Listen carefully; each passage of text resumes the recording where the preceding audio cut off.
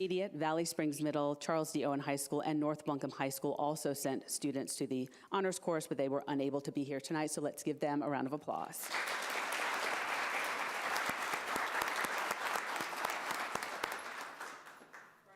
Of good news, we're going to recognize our 2023 Counselors and Social Worker of the Year. I'm going to do similarly. I'm going to call you down one at a time and invite your school representative and your board member. Dr. Jackson's going to stay in the middle if you want to. Oh, and no, you're going to give out these awards. And Dr. Cassida, if you could come on down. For our School Social Worker of the Year, could I please have Amy Green come on down?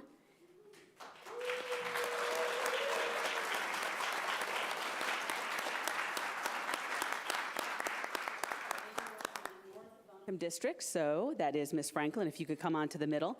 And could my admin representatives from North Buncombe Middle, North Windy Ridge Intermediate, and Barnardsville Elementary School please come on down to the front. So here are some of the comments that were made in the nomination for Ms. Green. She is a superwoman. She puts her whole heart into everything she does. She's an advocate for the field and practice of social work, and she's currently giving back to the social work world by supervising 2 different social workers in training. Amy always demonstrates a professional and caring demeanor. She shows endearing compassion and intense advocacy for students and their families, and she's a vital connection between school, community, and homes. Ms. Green works with parents and students in support of their physical, social, and emotional needs. Congratulations, Amy Green.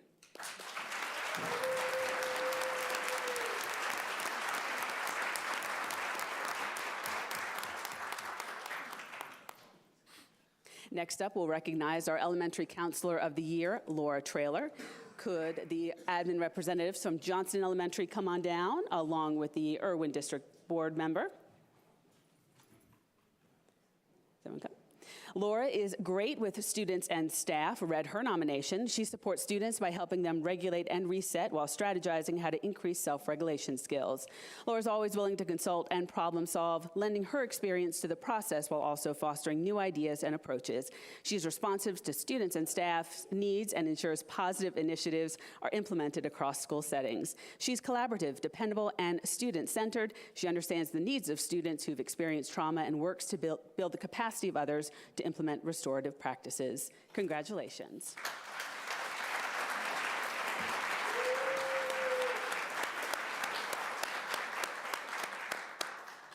Next up is our Middle School Counselor of the Year, Eva Lewitt, Irwin Middle School.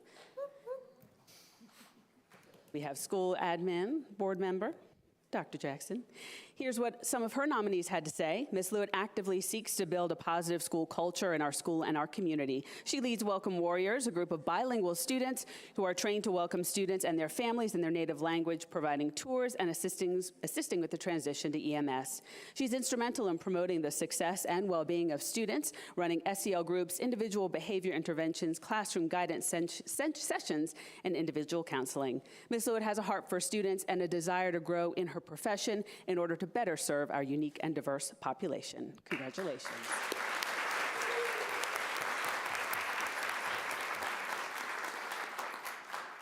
Our High School Counselor of the Year is Melanie Parham, Robertson High School. Could Ms. Parham come down along with our admin representative and board representative? Melanie is the gold standard of student services staff. She administers summer school every year, coordinates the TC Warm Winter Wishes program, which has provided winter gifts and food for more than 100 children in the TC district for many years. She sponsors the ambassadors, coordinates college visits, advocates for students, and meets them and their families where they are. She does all this professionally and with a smile on her face. Melanie always knows the answers to questions of policy and has excellent advice. She shows concern and support for her student services team members, as well as all the students at TCR. Congratulations, Melanie Parham.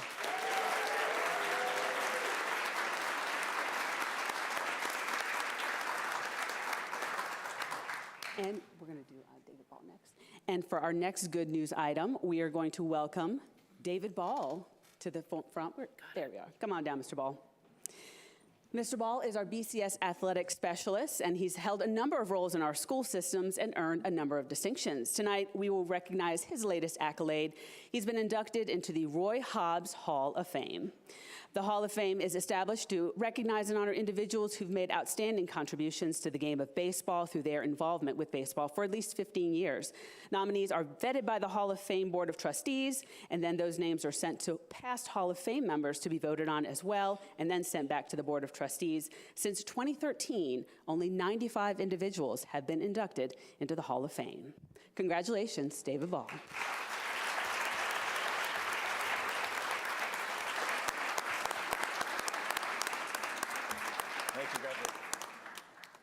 And I believe that concludes good news for this evening.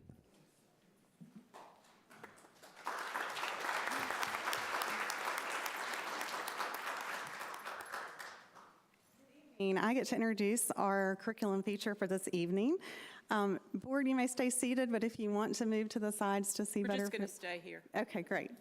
Tonight I'd like to introduce the A.C. Reynolds Madrigal Singers. They are the advanced chamber ensemble made up of members of the larger honors level ensemble chorale. 6 of those were selected for the North Carolina Honors Course that we honored earlier this evening. This past Monday, they had the honor of singing for a candlelit evening at the Biltmore House, and they will also be performing at the Swannanoa Solstice on December 17th at the Diana Wortham Theater downtown. Their own annual holiday concert will be Thursday, December 14th at First Baptist Church of Asheville, and they are directed by the fabulous Mr. Philip Haney, who is in his 12th year at A.C. Reynolds High School. I'd also like to thank their principal, Mr. Ben Alexander. The selections this evening are Carols of the Bells, arranged by Wachowski, then Winter's Heart by Mark Hayes, and finally, Ding Dong, Merrily on High by Chester Always. Thank you, A.C. Reynolds High School Madrigal Singers.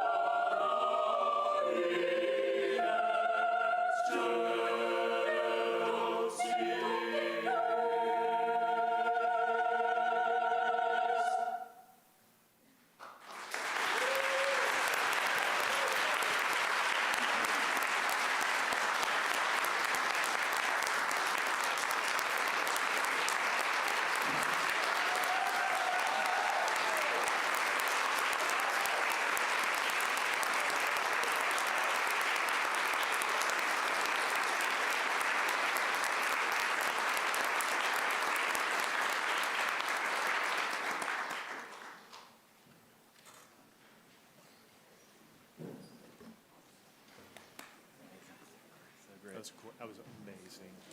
Thank you so much. Thank y'all.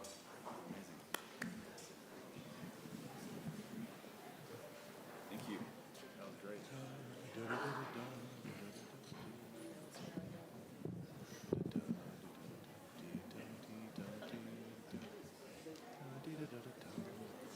Oh, goodness gracious.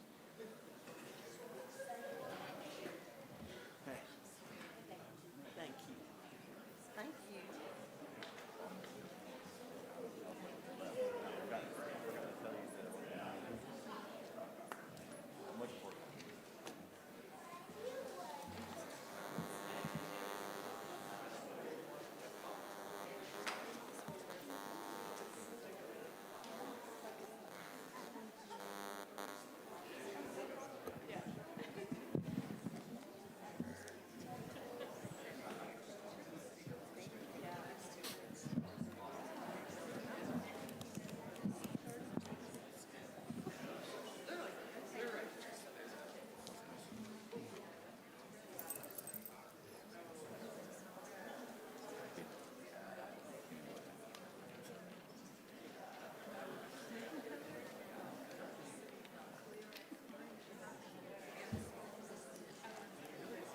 Madam Chair, if I could just say one thing about, Mr. Alexander, you must have a dress code for all your employees.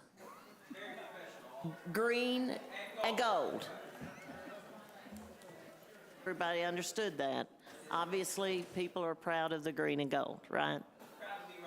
Proud to be Rockets. Go Rockets. Go Yeah, Go Rockets. they did a great job. Ready? Want me to go ahead? So it's now time for public comment. I believe we have 32 signed up. As a reminder, speakers will be called in the order in which they were signed up. All speakers will have up to 3 minutes to speak. There will be a timer over there on the other table or on the dais.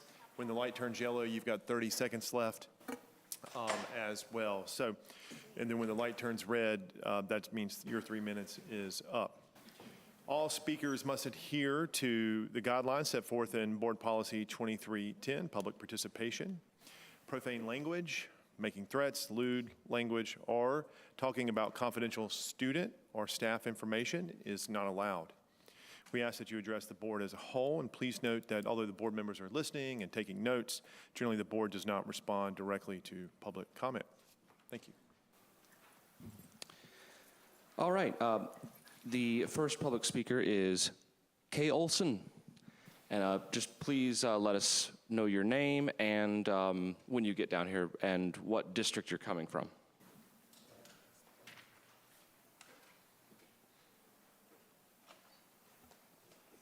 Thank you. My name is Kay Olson and I live out in Leicester.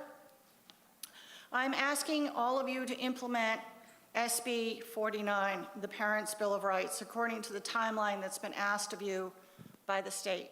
Children are not wards of the state. They are gifts from God to their parents. The Parents' Bill of Rights protects the rights of parents to direct and care and education of their children. It is also to protect the rights and direct the children's upbringing, moral and religious training. Schools may partner with parents in a child education, but schools are not the ultimate in charge of them. The parents are. I've become increasingly alarmed at the opposition to the Parents' Bill of Rights, specifically the outcry from activists who I contend do not represent the majority of Buncombe County parents or voters. Please implement this law. The Parents' Bill of Rights states that gender identity should not be taught in grades K through 4. Gender identity is a controversial topic at best and is under the realm of reproductive health and sex education. It should not be addressed at this very young age. The Parents' Bill of Rights protects the children in this regard. The Parents' Bill of Rights also states that schools should not keep information from parents and should encourage discussion between parents and children and even facilitate, and the school should help facilitate that discussion. The law prohibits secrets from parents. The Bill of Rights affirms the parent's right to know, inspect, and review curriculum. It affirms the parent's right to object to curriculum. It affirms the parent's right to be involved in your schools. And it affirms the parent's rights to the medical records of the children. The Parents' Bill of Rights provides transparency to parents. Transparency is good for families and for our schools. There should be no secrets. Let's be transparent with the parents and implement this SB 49 as per requested. The Parents' Bill of Rights also states that parents have the right to review all available records of material their children has borrowed from the schools. Neither the current policies nor proposed policies state this parental right to review these records. Please write a policy which addresses the parents' right to review the history of what their children has borrowed from the school libraries.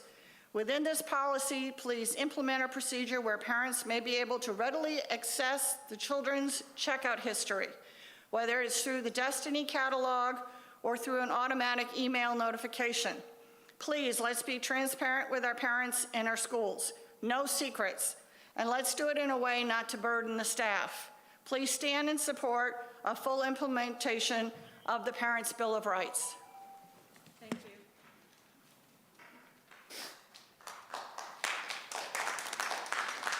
you. Kim Poteet.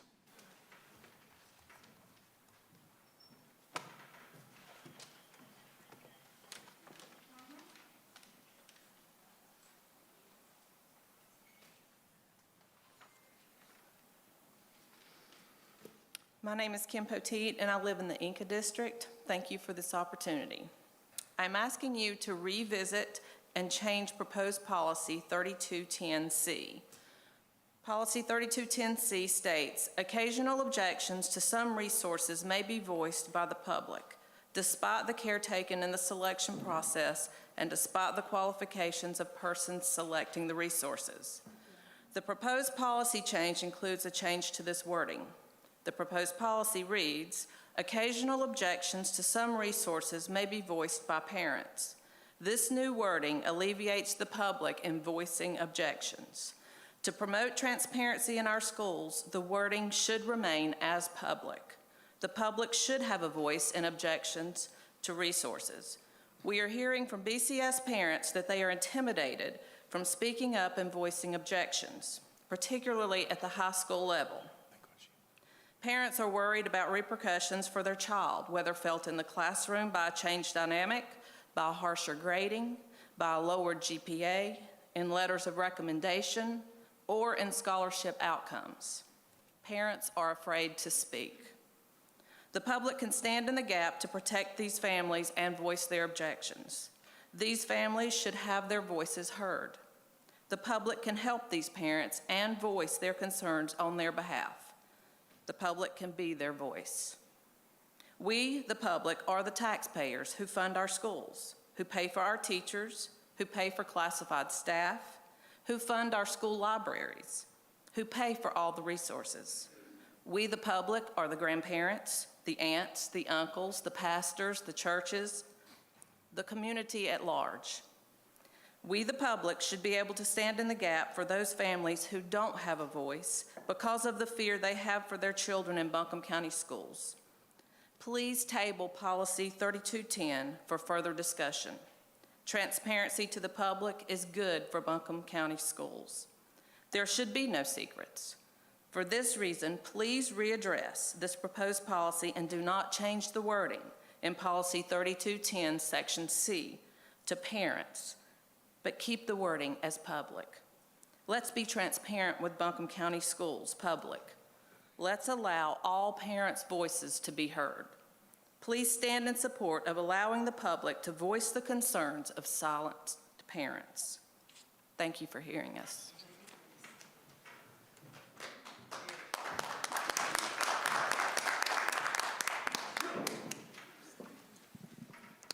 Next is Stacy Metcalf.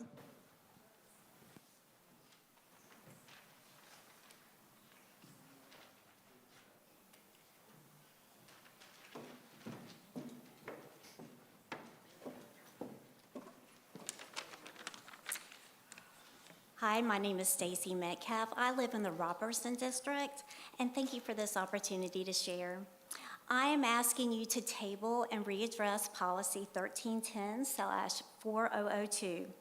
As written, this proposed policy is not compliant with SB 49, the Parent Bill of Rights.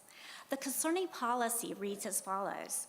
The principal shall notify parents before any changes are made to the names or pronouns used for their children in school records or by school personnel. It continues and reads, the school principal should speak with the student first, the transgender student first, to ascertain concerns the student may have. As noted above, these situations must be addressed on a case-by-case basis, balancing the student's request with the requirements of state and federal law. The school principal or designee, if necessary, should consult with their director of student services on how to proceed. This verbiage is directly taken from Policy 1710, Gender Support Guidelines, which is also not compliant with SB 49. It is not up to the school principal, other school personnel, or the director of student services to balance the student's request with the requirements for federal and state law. SB 49 is clear. Parents in all cases will be notified before a child's name or pronouns are changed in school records or used by school personnel. Furthermore, SB 49 encourages parents, discussion with parents, and even states that the school can be the facilitator in that discussion. The proposed language in this policy does nothing to advance this requirement in the law. Parents may agree or disagree with their child's choice, and that is their right. Parents, not school personnel, are directors of their children's care and their moral training. And to fulfill their legal and moral responsibility, parents need to know what's going on with their child so that they can help their child appropriately. As a parent, the biggest faux pas in our house was lying. All forms of lying. The little white lies, the big outright lies, stealing, cheating, omission of facts, omission of full truth. Nothing good comes out of lying, and nothing good comes from secrets. Evil lies in that darkness. This non-compliant verbiage to parents conveys that Buncombe County Public Schools has the right to withhold information from parents, and in effect, lie to them. This verbiage in proposed policy 1310 violates the Parent Bill of Rights. Please table and readdress this policy and strike out the non-compliant verbiage. It's not up to the Board of Seven to pick and choose what you will implement regarding the Parent Bill of Rights. Thank you.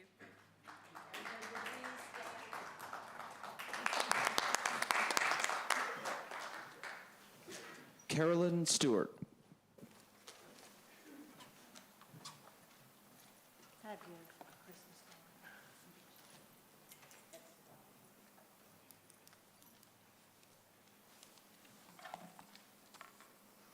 I'm Carolyn Stewart. I'm in the Owen School District. The Parents' Bill of Rights states that at the beginning of each school year, the board must establish policies to exercise parents' parental remedies regarding a parent's concerns about school policy or procedure and the process for resolving those concerns. Concerns must be addressed within 30 days. If not resolved within 30 days, the parent may notify the state board and request a hearing or have action against the school board for declaratory judgment.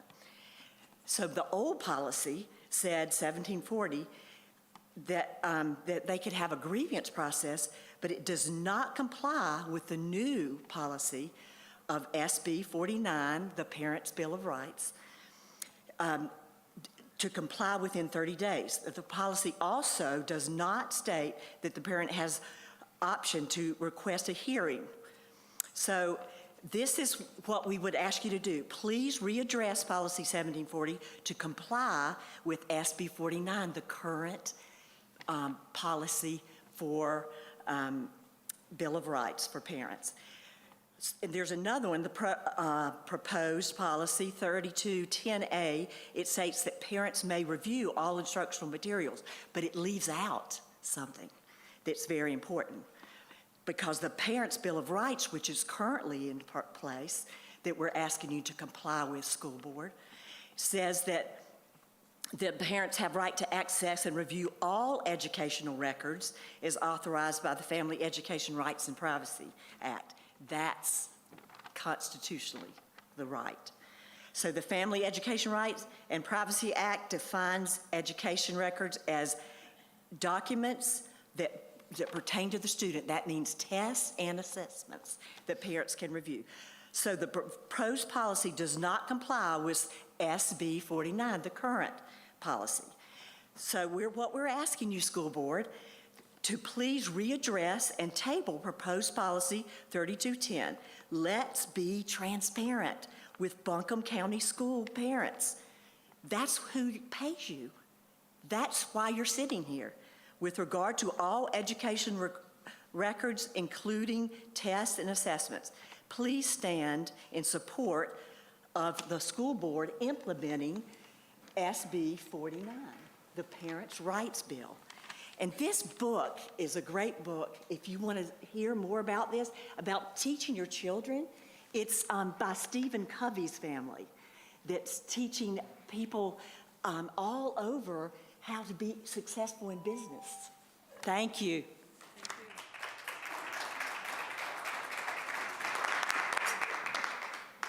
Superintendent Ronald Gates.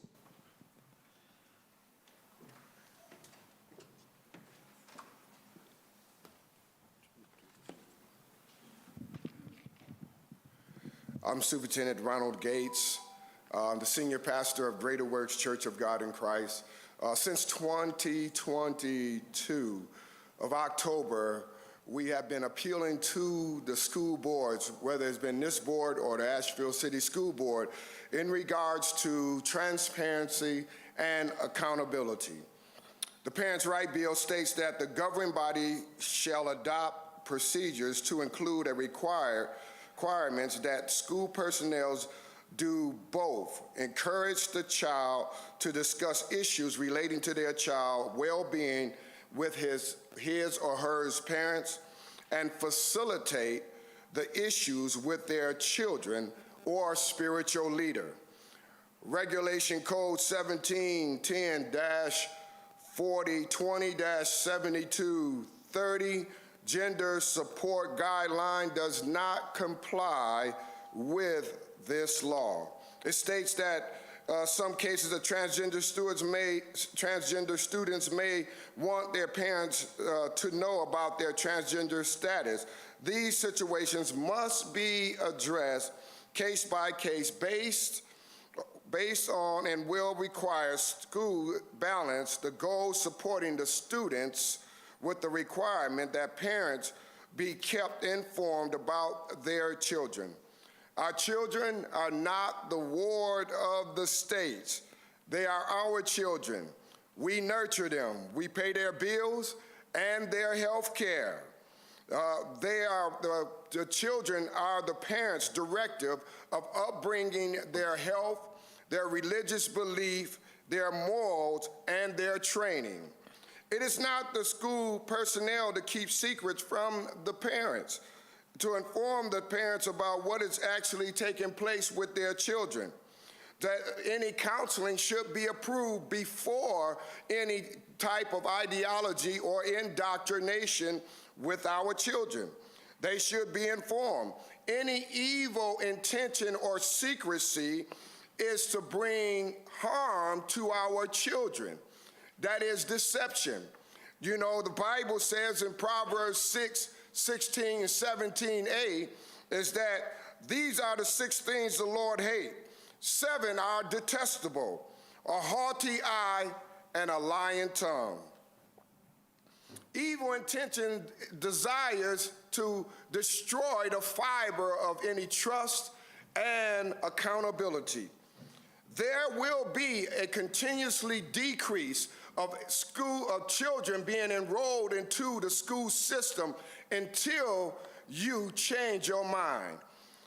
If those who stand in support of this parents' bill, please stand up.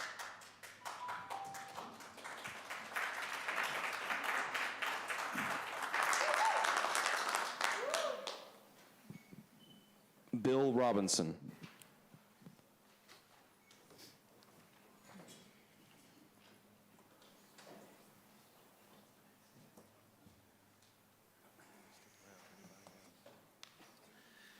My name is Bill Robinson. I'm the father of 2 daughters and the grandfather of 2 more. Last month, I circulated a photo of a girl named Kylie Wilhelm to the board. They all looked. I didn't seem to get much of a reaction. I'm going to now take the next step. This is Kylie Wilhelm. Sir, excuse me, you're going to have to remain at the podium, please. Yeah, please.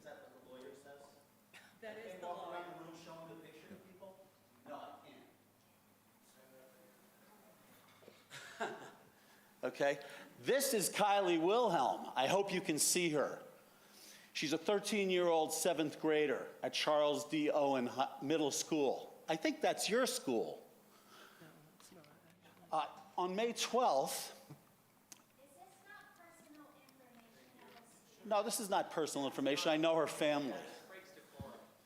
Doesn't break decorum. On May 12th, this child went up to her bedroom and hung herself. You've been asked to address the board. You've been asked to address the board. I'm and we're asking addressing the everybody board. else. No, you're not addressing the board. Are you trying to deprive me of my First Amendment rights? Oh, I'm asking you This to child address the committed board. suicide. What's your agenda here? I'm asking you to address the board so we don't have Okay, an all right. interruption. I'm trying to prevent you from being interrupted by the audience. Well, shouldn't you go after them when they interrupt me? And if you were to listen, I also ask them to please not interrupt you. Can I have my time restored, please? No, keep no, going, I please. Can't. Boy, typical shyster. There have been 7 suicides of young girls in this school district and in the Asheville City School District since January 1st of this year.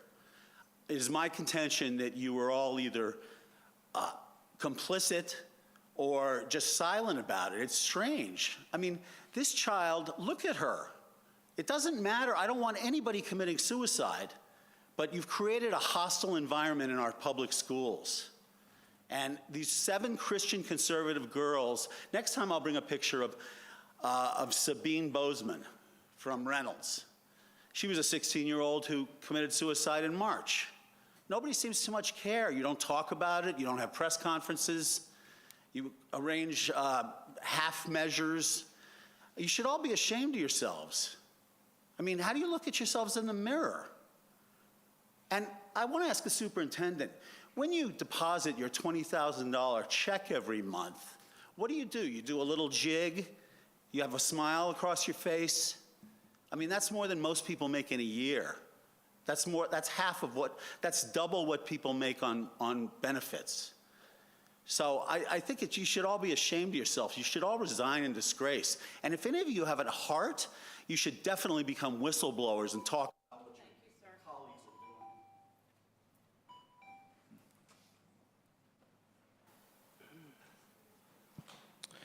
are doing. Michael Kobelduk? I'm not.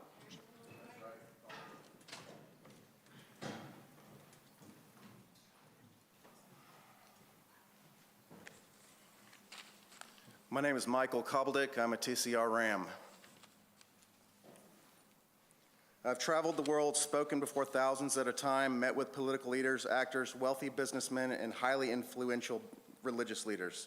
Before this, I was bisexual, homeless, New Age, abuser of alcohol and drugs who had paid for the abortion of my child at 17 years of age. My destructive life was a result of the functionally godless but religious home and community I grew up in. For a season, I was a substitute teacher for Buncombe County Schools and a TA for Asheville City Schools. Also, 3 other close family members were longtime teachers. One critical lesson I've learned is this: as leaders, we are responsible to steward God's creation, not according to the dictates of federal and state grants and guidelines, but the demands of our Father in heaven. We are called to serve those who government and culture are working to cancel. Good leaders do not serve a vocal minority whose agenda it is to further devastate our nation with bigoted identity politics, fomenting racial discord, destroying the mental health of children with unnecessary isolation and masks that Fauci said never worked. Marxist critical race theory is not the will of the people. Grooming children for alternative sexuality, transsexual genital mutilation, chemical castration, and pedophilia through sex ed and pornographic books in libraries is not the will of the people. Litter boxes in schools for children and influence of leftist teachers is not the will of the people. The last season of COVID tyranny, deliberate medical malpractice, and jab genocide was not the will of the people. Factual history and God himself are not on the side of those who did not and do not fight tooth and nail against policies that allow and encourage this. Each one of us has a legacy to leave that will be either disastrous or redemptive, a legacy of cowardly bowing in worship of federal money or courage to resist and vote against oppressive policies, a reputation of tough-minded biblical ethics or giving in to the whims of the unrighteous. If you choose to continue to implant destructive ideologies to keep the schools as anti-American, uniparty indoctrination centers, know that your day before the living God is coming. And in the end, each one of us will experience one of two judgments. For those of us who obey Jesus, will undergo the judgment where our worthless works will be burned up with fire. For those who do not know Jesus personally, if you die in your sin, you will experience separation from him. I implore you who are guilty of allowing these godless policies to believe on and call on the name of Jesus to be saved. You can receive forgiveness and change, just as I had. I am praying for you in the name of Jesus.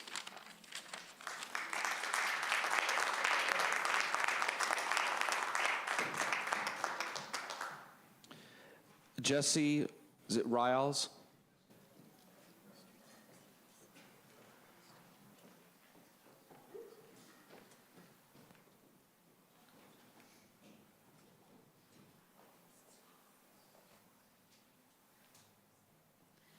Hi, my name is Jessie, and I'm a transgender organizer with the UNC Asheville's chapter of Students for a Democratic Society.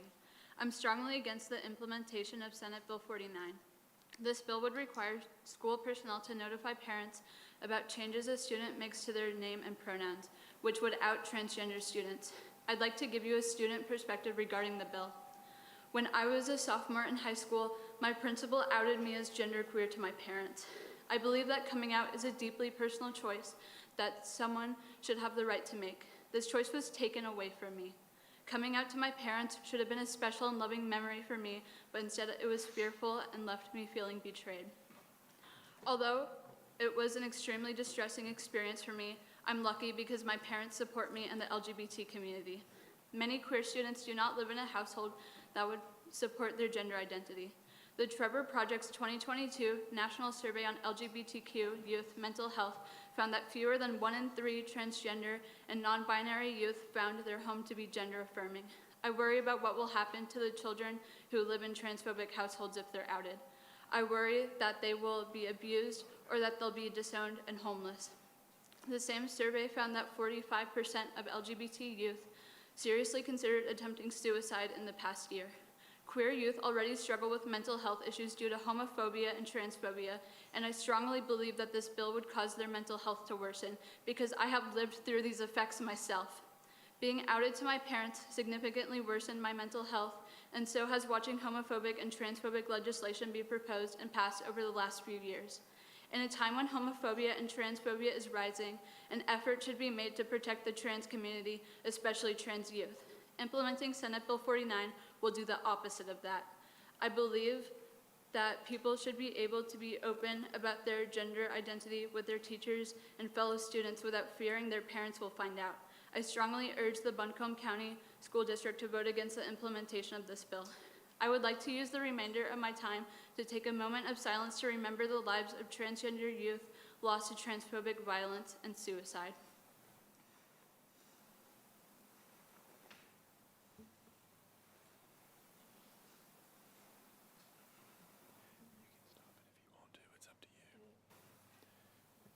Thank you, ma'am. You're not allowed to, excuse me, I very much apologize.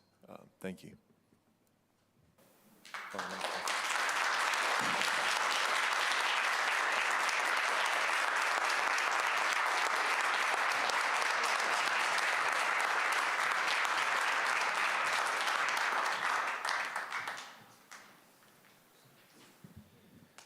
Ryan Foster.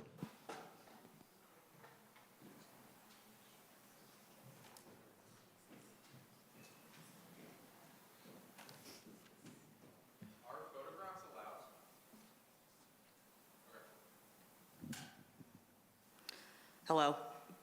My name is Ryan Foster. I'm a transgender man originally born in South Florida, as well as a current student at UNC Asheville. I'm here today to speak in opposition to Senate Bill 49, which shares an eerie similarity to the infamous Don't Say Gay bill introduced by Florida Governor Ron DeSantis. When I moved to Asheville, I expected to escape the persecution I faced in Florida, but now I see that Florida was just the beginning. We are watching in real time as the infection of DeSantis' hatred and bigotry begins to spread throughout the United States. This is a horrifying time for queer and trans youth. I am lucky to come from a family that loves and supports me, but I cannot say the same for many of my peers. Those who have not been embraced by their families, who have been ostracized, kicked out, and otherwise rejected will be the ones most affected by Senate Bill 49. I refuse to allow this to happen. I refuse to watch my community be trampled under the boot of the status quo. I refuse to watch my queer and trans siblings suffer. I will not sit idly by as this country launches an all-out attack on my community. I refuse to let Florida's shortcomings influence the rest of this country. Keeping students' identities from parents is not keeping secrets, it is a matter of privacy and safety. According to the Trevor Project, LGBTQ youth are considerably more likely to consider suicide each year than our cisgender and heterosexual peers. At least one attempts suicide every 45 seconds. And so the question I pose to you all is why? Is it because our identities inherently make us depressed? Is it because we were all groomed? Or is it because of bills like Senate Bill 49?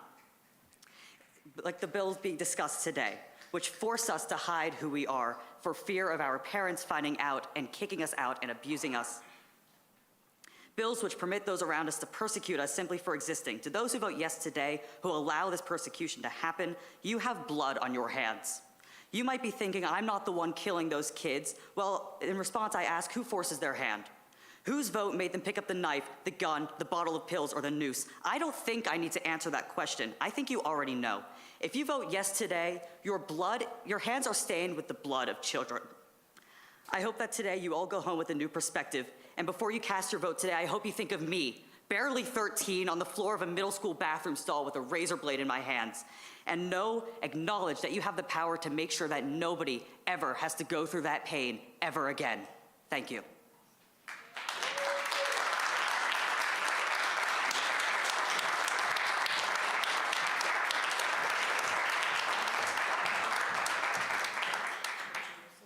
There's a name crossed out, Alex S. Yes or no?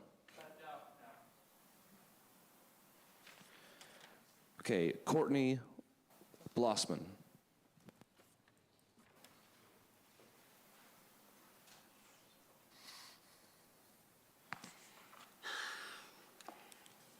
Good evening. My name is Courtney Blossman. I live in the Robertson District.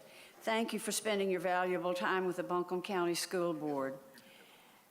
The proposed addition to Policy 4720, which concerns surveys of students, is out of compliance with Senate Bill 49. The Parents' Bill of Rights gives the rights for students to participate in protected student information surveys only with parental consent. In protected student information, in addition, it requires the parents to be notified at least 10 days prior to the protected information survey as to the process for providing consent and the full text of the survey. The proposed policy adds verbiage to current policy which is not compliant with the law. Your proposed policy 4720 states informal verbal evaluations and assessments of a student conducted by employees in order to classify the urgency and priority of action of health-related problems to determine the level of care, if any, to be provided under NCGS 115C-375.1. It shall not constitute a protected topic survey. The Parents' Bill of Rights includes both verbal and written surveys, all of which require parental consent. The informal verbiage, verbal evaluations and assessments verbiage is too open-ended and may promote secrecy. If the board wishes to make an exception for suicide threat assessment, It needs to specifically state those words in this policy. Please make the necessary change. Either remove the incompliant verbiage or specifically state suicide threat assessment. There should be no secrets in our schools. All those who agree, please stand in support.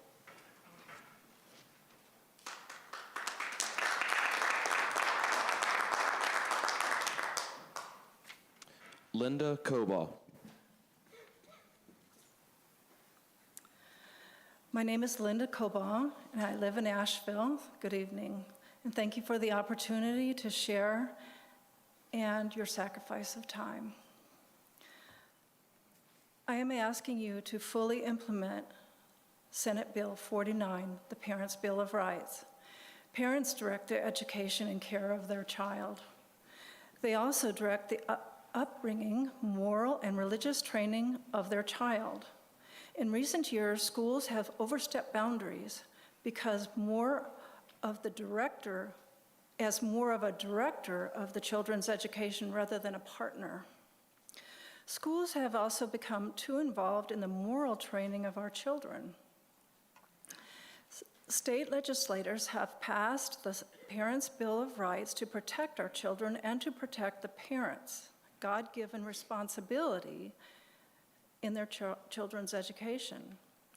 They also passed this law to keep the school within its boundaries. The Parents' Bill of Rights provides transparency to parents. This transparency is good for children, it is good for parents, and it is good for schools. Parents have the right to know, and it's their responsibility to know what their children are learning in public schools, and they have the right to object to it. Parents have a right and a responsibility to know what materials are being used to instruct their children, and they have a right to object to these materials. Parents have a right to know what is in their school libraries, and they have a right to object to books within them. Parents have a right and a responsibility to know about health care services offered to their child. Parents have a right to know about all the clubs and school activities at their school. Parents have a right to know if their child is suffering gender dysphoria. Parents have a right and responsibility to be assured that their young children are not being exposed to sexual topics and controversial gender ideology at a young age. All of these rights are protected under the Parents' Bill of Rights. Let's not have secrets in Buncombe County schools. Please implement all of Senate Bill 49. Please stand if you believe that Buncombe schools should fully implement the Parents' Bill of Rights.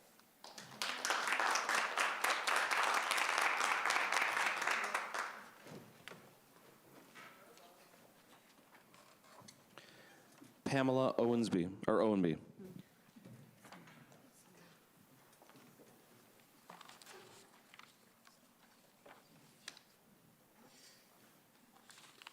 Good evening. I'm Pamela Owenby. I live in the Reynolds District, and I have to say, go Rockets. I'm a mom and a grandmom, and I'm here as an individual citizen to support the Parental Rights Bill. And I want to address something that I saw in one of the previous minutes. I think there's confusion about the books that parents and organizations are wanting to ban. I read in the minutes of the last meeting that someone made a statement in the comment section that the books that were being banned were history books. I have never seen where teaching a child how to have anal sex is a historical or literary event. I know there have been parents that have spoken at the county here and at the Asheville board requesting certain books, and I know there has been temperaments when a book, when it was read, that the person was not allowed to complete what was in the book that the parent is wanting to have removed. I encourage you to adhere to the law. Legislators have passed the Parental Bills of and I'm encouraging you to be law-abiding citizens. We send our children to school every day thinking that they are going to be taught how to be future good citizens, not to disobey the law. And there's a great concern that I had even before I got here, but I don't know if the public has seen this Buncombe County Schools Board of Education 2023-24 legislative agenda. I have a copy that I printed off of your site this afternoon. I encourage you to not disobey the law. I'm going to jump to one of your bullets that's in here, and it's under the prioritize student safety and well-being. And if you skip down to 1, 2, 3, 4, 5, 6 bullets, it says that your legislative actions and your activities will be to oppose legislation that requires BCS and all LEAs additional requirements mandate but does not provide revenue to fund the programs. To me, that as a parent that pays taxes is like what we used to call run a rabbit. Make an appearance you're doing one thing but do another. To stop teaching children how to have anal sex with books or gender identity is not an additional program. It will not cost any money for you to adhere to the law. You will not need additional funding to allow parents to know books that are. Thank you, ma'am. Thank you very much. And if you agree with me. Thank you, ma'am.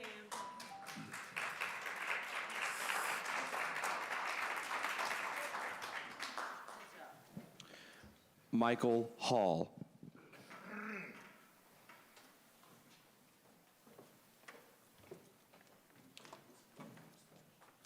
Thank you, board members. I'm a husband and a father, so I understand sacrificing being here this evening. So thank you. As well as some of the other people who have spoke, I'm here to address SB 49, but I'd like to deviate from the script and just ask us to exercise some critical thinking. I do a lot of work in the community. Some of the work that I criticize other organizations for not doing. I have a fatherhood initiative. Talking to gang members, just a month and a half ago, convinced a gang member to change his mind on retaliating for some physical harm that was done to him.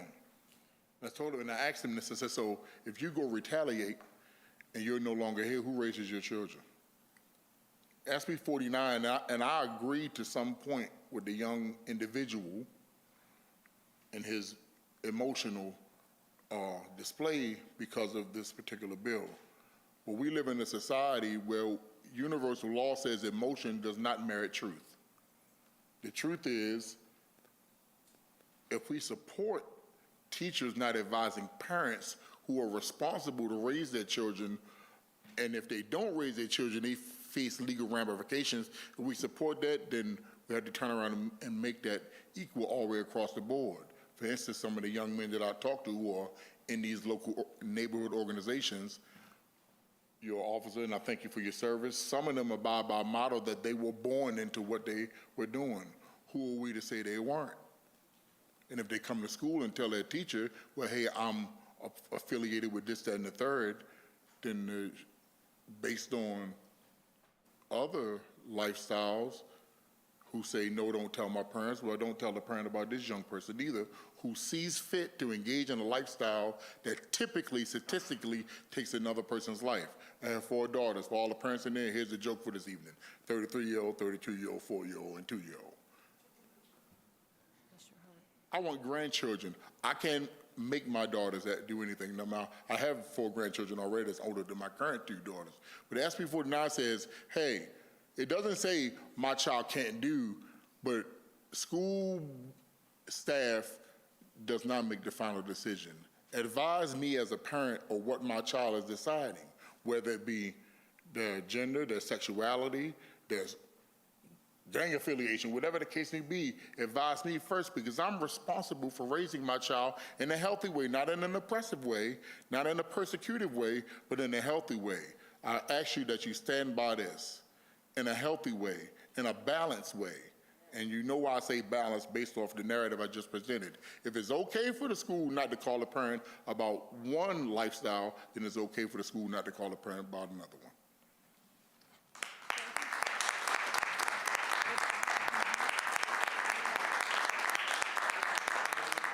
Jane Baleo?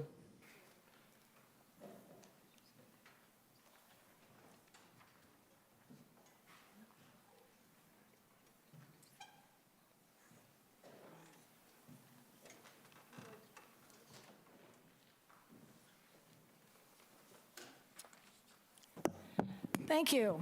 My name is Jane Balillo, and I'm a very concerned citizen. I am a parent, and I am also a representative of a grassroots group here in Asheville, the Asheville Tea Party.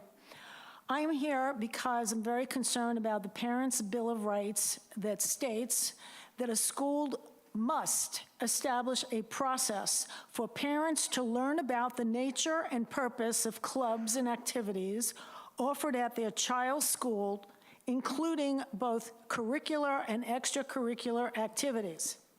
Your proposed policy 1310 states, the principal also shall ensure that information about the nature and purpose of all clubs and activities, curricular and extracurricular, offered at the school is available at the school's main office. Any parent who would like information about such clubs or activities should contact the school's main office. This is not, and I repeat, not, within the confines of the Parents' Bill of Rights, which states, develop policies to effectively involve parents in schools and their child's education. Parents should not have to contact the school about the nature and purpose of a club or activity. That information should be provided to the parent before the student participates in the club or activity. As a matter of fact, since the majority of students are minors, they must also have parental permission before joining any club or activity. The Parents' Bill of Rights states it is the law. A parent has the right to direct the education and care of his or her child. Why the secrecy? Why isn't this information easily accessible? Evil lies in secrecy. What are you hiding? Let's be transparent about the nature and purpose of clubs and activities at our school. Please support full transparency of our children's clubs and activities by showing respect for the law and parents who bring up these children. They are not wards of the state. Please redress this policy of secrecy to reflect the North Carolina law, the Parents' Bill of Rights. Thank you.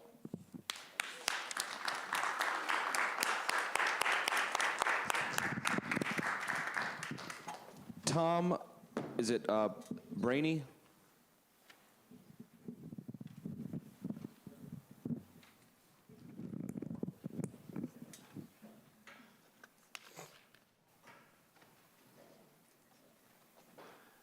My name's Tom Brain. I'm a citizen in Asheville. I just want us to take a look at the state of the public school system right now.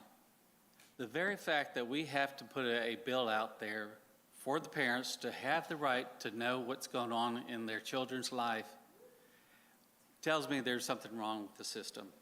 We're putting parents and teachers as adversaries, not as partners that are supposed to bring our children up and teach them.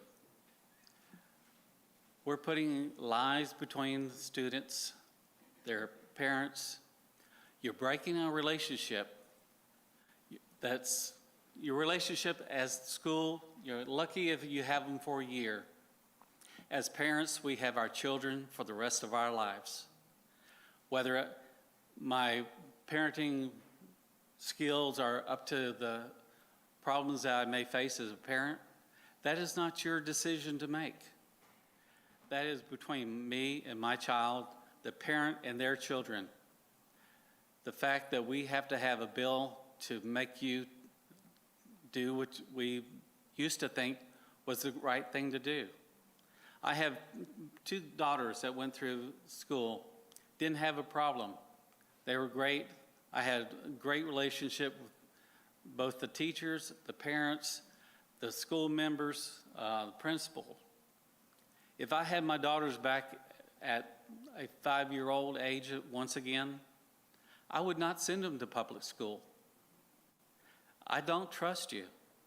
And that's where I see that we're having a problem, that there's an adversarial role between parents and the students, and now we got teachers in the middle.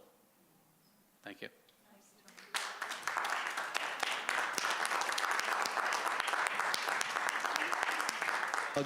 Doug Brown.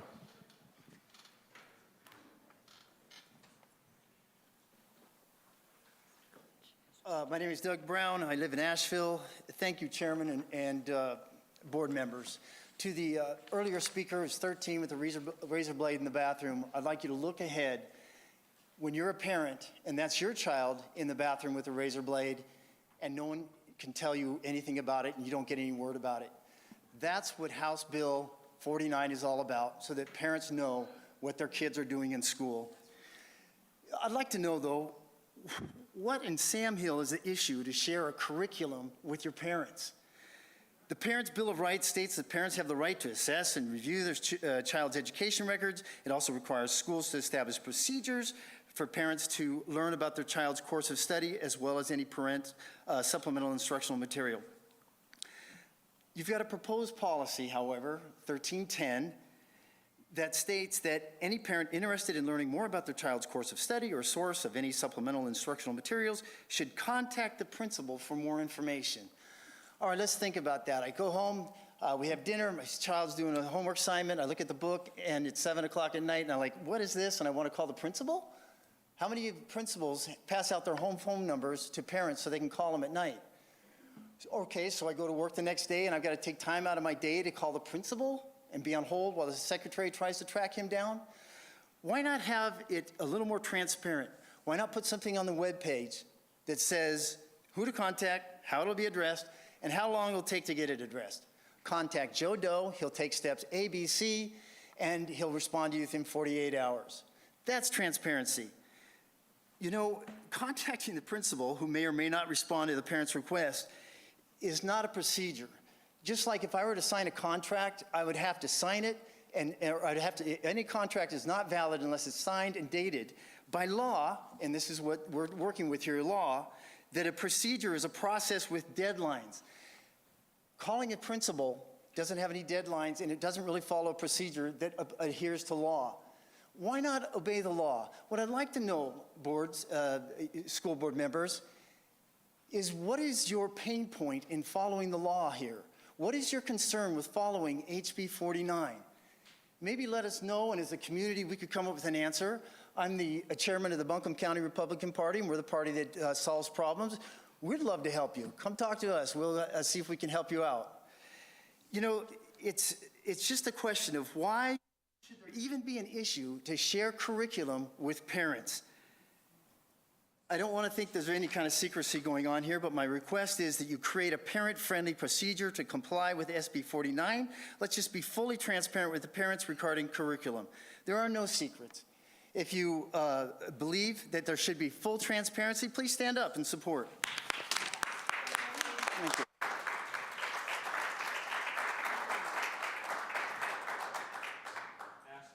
Johnston.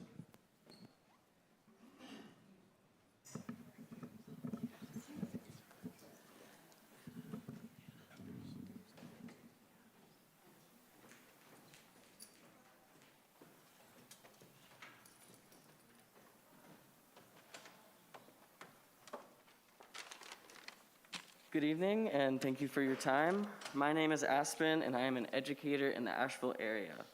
I am also trans. I am here to address SB 49. I can personally attest to the importance of representation, both queer and trans, and safe spaces for marginalized youth. I've had students thank me for simply existing, for helping them feel comfortable discussing topics they don't feel safe talking about with their parents. Here's a statistic. 3 out of 5 queer youth find their home to not be gender or queer affirming. For many, schools are a place where they can escape the oppression faced at home by bigoted family members, often confiding in peers or trusted teachers as they begin to understand their identity. This bill directly threatens the trust that a school environment can hold, instead turning students towards secrets and shame. This bill will not make kids any less gay, it will just make them better at hiding it, effectively severing any trust that could and has existed between students and their teachers. To the queer youth out there, I want you all to know that you have queer adults who see you, who love you, who support you, and who will not stop fighting for you. To the board, if you truly want this to be the best year ever, as you said in your introduction, you will fight for the rights of all students, not simply those that fit into your standardized boxes. This bill not only harms students, it directly impacts their safety and well-being. To the parents, I implore you to examine how you are treating your children and why they may not feel safe confiding in you. To those who are encouraging us to follow the law, I want us to remember that the Nazis also thought they were following the law. I'm going to end with one more statistic. In the last year, 45% of all queer youth seriously considered attempting suicide. Please, don't be the reason they follow through. Thank you.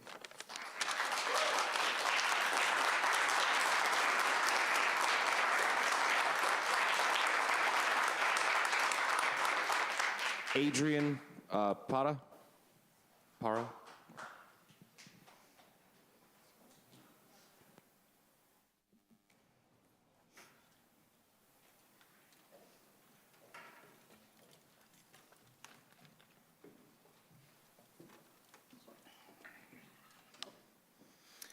Good evening, school board and community members. My name is Adrian Para. I use they, he, and she pronouns interchangeably.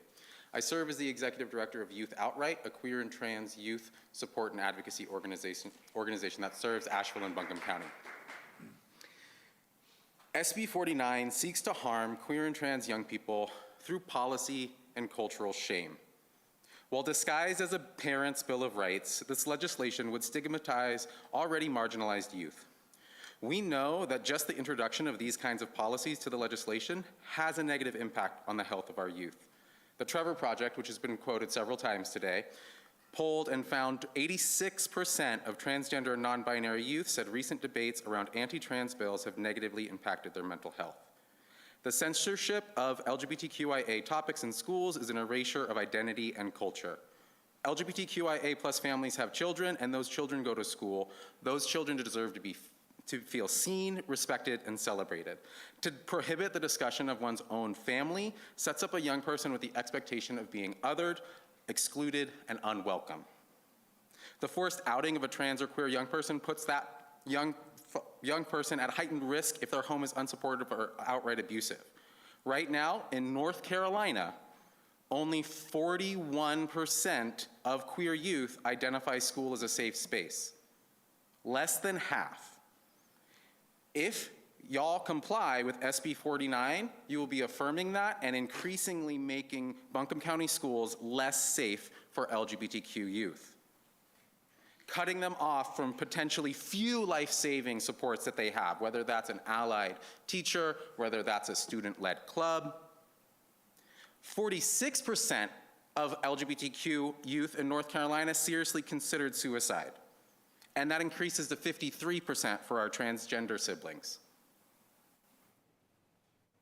In 2019, the Trevor Project study reported that youth who have one accepting adult in their life were 40% less likely to commit suicide. If there's an additional environment, an additional person who uses that name and pronoun, who supports that young person, their risk for self-harm drops even further. The impact is immense. It's life-saving. While LGBTQ youth only make up 7% of the general youth population, they account for 40% of all youth experiencing homelessness. most often because they are expelled from their home once they are outed by somebody outside of their family. There have been hundreds of anti-trans policies submitted across the country in just the last couple of years. Thank you, sir.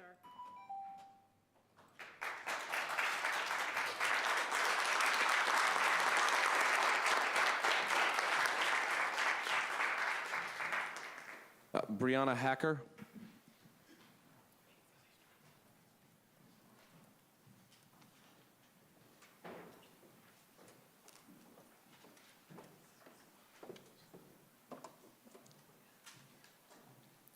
Good evening, members of the board.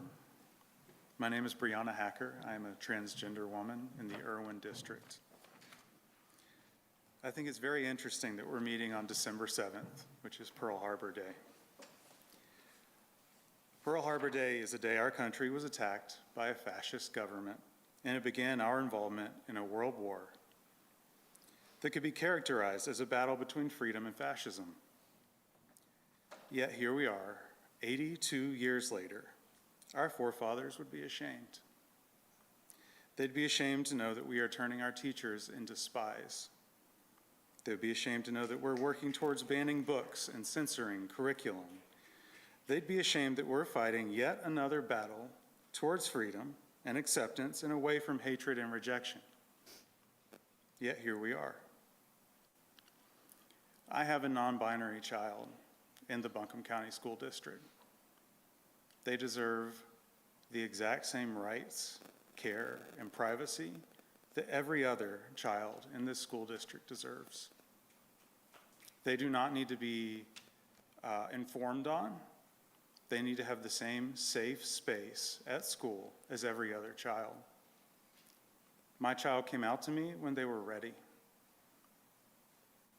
Everyone deserves that. And my child's lucky. They knew that they'd have a safe place, and not everyone has that. I would ask that we stand against this bill. It stands against what we have already decided that we want to be with our regulation code 1710-4020-7230R.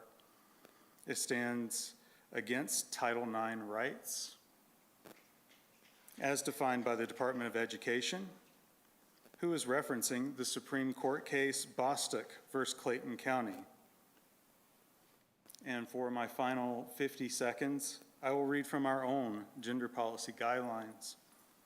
If we lack respect for one group, then there is a tendency for that attitude to spread. It becomes infectious, and no one becomes safe from the ravages of prejudice, which is a quote from Walter Annenberg. It is the policy of Buncombe County Schools to maintain a safe and supportive school environment for all students, free from harassment, intimidation, and/or bullying, and free from discrimination due to actual or perceived race, color, creed, ethnicity, national origin, citizenship, immigration status, religion, gender, gender identity, gender expression, sexual orientation, disability, or weight. Thank you.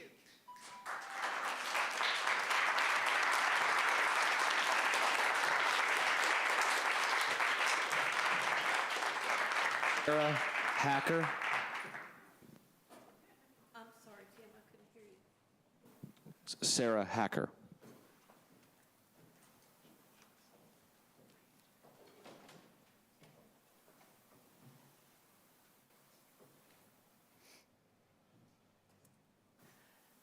Good evening, everyone. My name is Sarah Hacker. I'm from the Irwin District. So I'm going to start with some statistics. These statistics come from the National Institute of Health and the Trevor Project 2022 National Survey on LGBTQ Youth Mental Health. Trigger warning: mental health and suicidality. Suicide is the second leading cause of death in LGBTQ youth, ages 10 to 24 years of age. LGBTQ youth are 4 times more likely to complete suicide compared to their peers. It is estimated that 1.8 million LGBTQ youth consider suicide each year, and at least one attempts every 45 seconds. It is estimated that 46% of LGBTQ youth seriously consider suicide, with over half of that number being transgender and non-binary youth. Transgender and non-binary youth are twice as likely to experience depressive symptoms compared to their cisgendered peers. Data indicates that 82% of transgender individuals have considered killing themselves, and 40% have attempted suicide, with suicidality highest among transgender youth. It is estimated that only 1/3 of LGBTQ youth experience parental acceptance, 1/3 experience parental rejection, and the final third choose not to disclose their identity until adulthood. Only 37% of transgender and non-binary youth find their homes to be gender affirming. Research consistently shows that suicide rates are lower in LGBTQ youth when they have affirming, safe places in their lives. Having one affirming adult can lower the risk of suicide for LGBTQ youth by 40%. So I'm a licensed clinical addiction specialist and a licensed clinical social worker. I've worked in many different capacities to include child protective services, juvenile therapeutic group homes, domestic violence and sexual assault survivor advocacy, partial hospitalization, substance use treatment, and I'm currently a therapist in private practice working specifically with LGBTQ+ adults. I am also a parent. Since starting my career as a social worker in 2014, I've witnessed the impact and dangers of youth and adults being outed from many different perspectives. Outing someone is a violation of privacy and often places people in direct harm. In my experience as a cisgendered, queer therapist, common traumas that arise from LGBTQ+ individuals include processing grief and loss of family of origin, their church communities, their social supports, and loss of housing. A common suggestion I encourage clients to consider when choosing whether to disclose gender identity or sexual orientation is to consider safety above all things. Long-term effects of parental and peer rejection impact people throughout their lifetime, increasing risks of substance abuse, suicidality, anxiety, and depression. Thank you.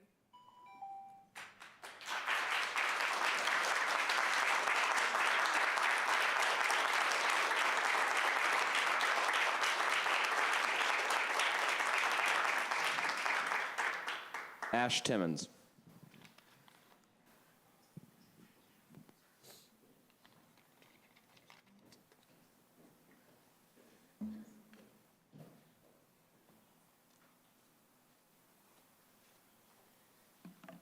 Hi, my name's Ash. My pronouns are they, them.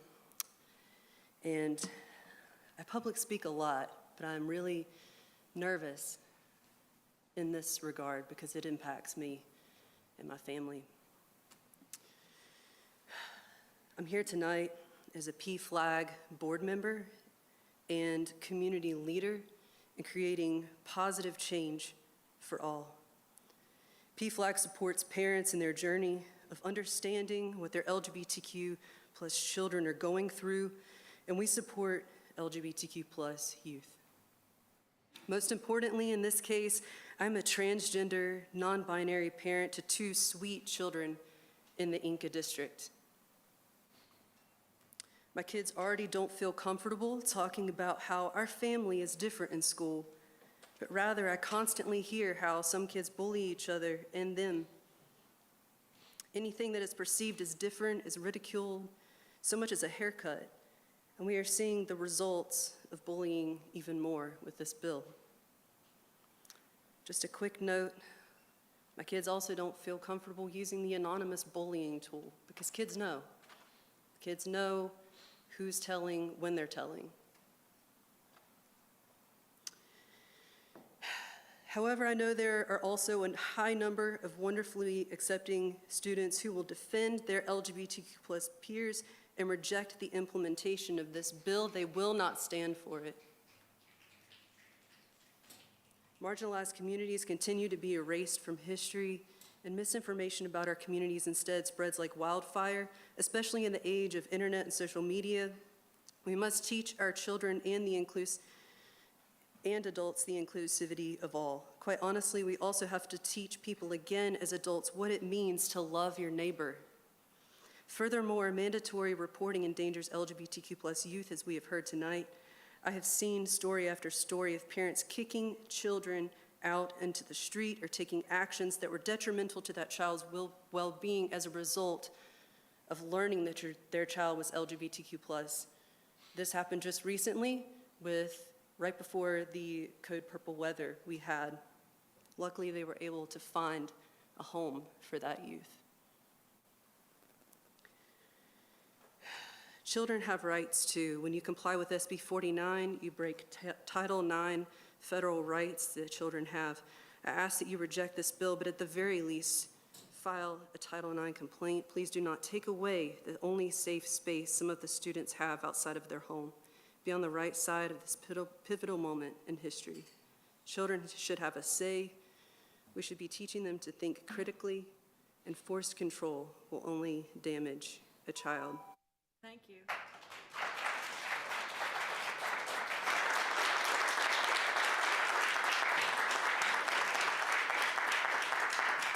Ramona Schwartz.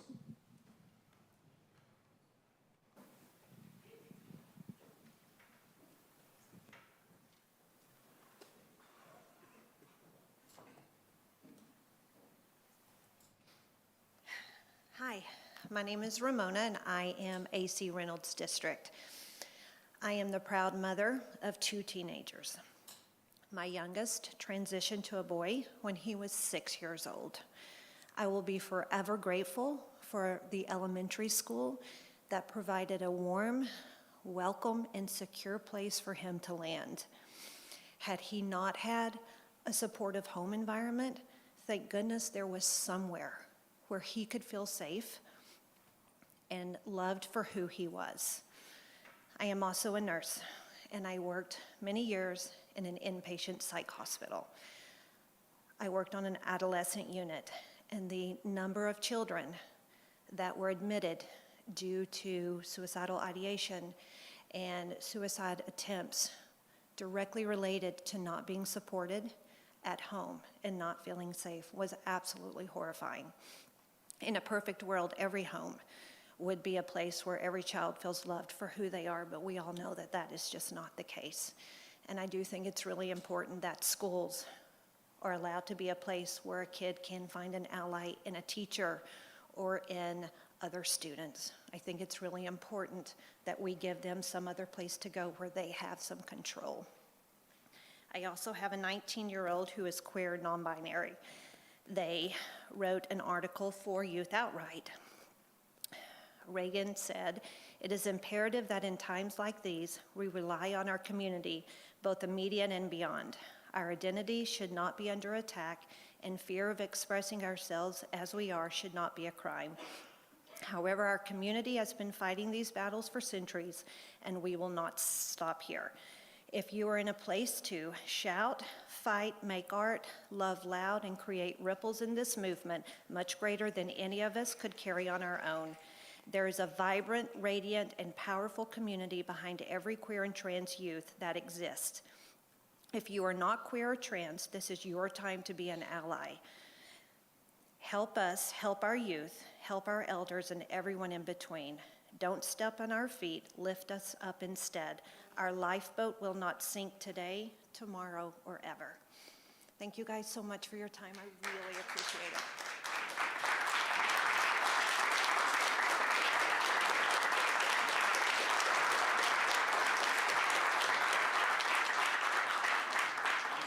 Lisa Porras, or Porras.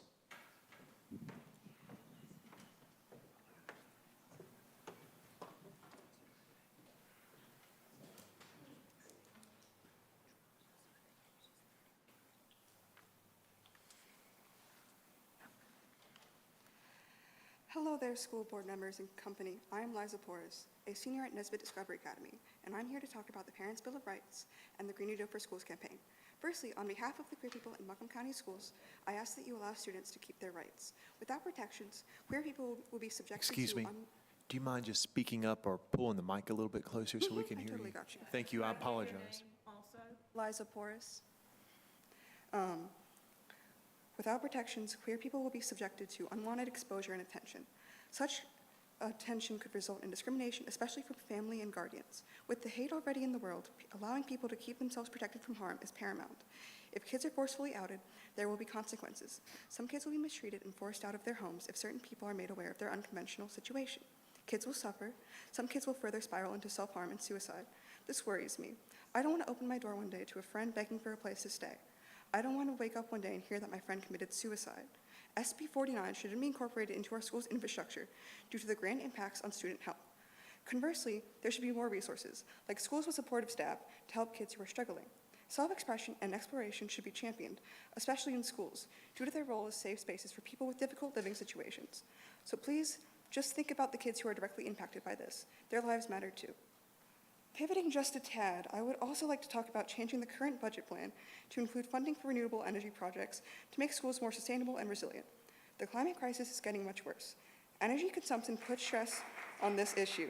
BCS, in caring for around 23,000 students, provides clean water, heat and AC, and electricity for lighting and numerous electronic devices. The numerous schools in this county use a lot of energy, the majority of which does not come from clean, sustainable sources. While it is expensive upfront to switch to clean energy, it eventually pays for itself. With inflation on the rise and fossil fuels dwindling, now is the time to make a change. Schools have a lot of surface area, perfect for solar panels. Changing to more efficient bulbs and heating and cooling systems will make students more comfortable and will save money in the long run. Additionally, pathways to green jobs prepare students to fight the climate crisis, while evacuation plans will keep students safe as extreme weather worsens. Again, schools should be safe, clean spaces for students to learn. Their safety or the temperature of their classrooms should not be an issue students deal with on a daily basis. If students are going to come to school and learn, they should be able to, free of fear, guilt, and discomfort. I humbly ask that you hold off on affirming the current budget plan until it contains funding for green projects, as well as that you let queer students keep their rights. Thank you.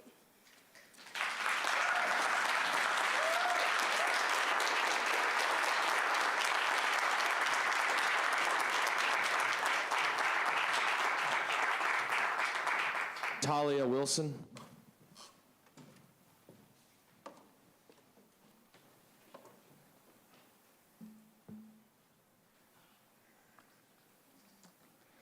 Dear esteemed school board members, my name is Talia Wilson, and I am a student at Nesbitt Discovery Academy.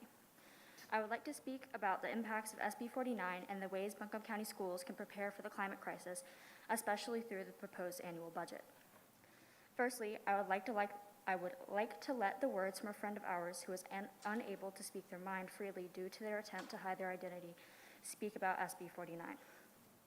Quote, I am a Latino queer transgender student, and I am free to express my identity to my friends in school, which has allowed me to feel seen. I have experienced what is known as being outed, or when an individual is prematurely forced to reveal their identity to others. When this happened to me, I experienced mental torment, and my family turned their backs on me.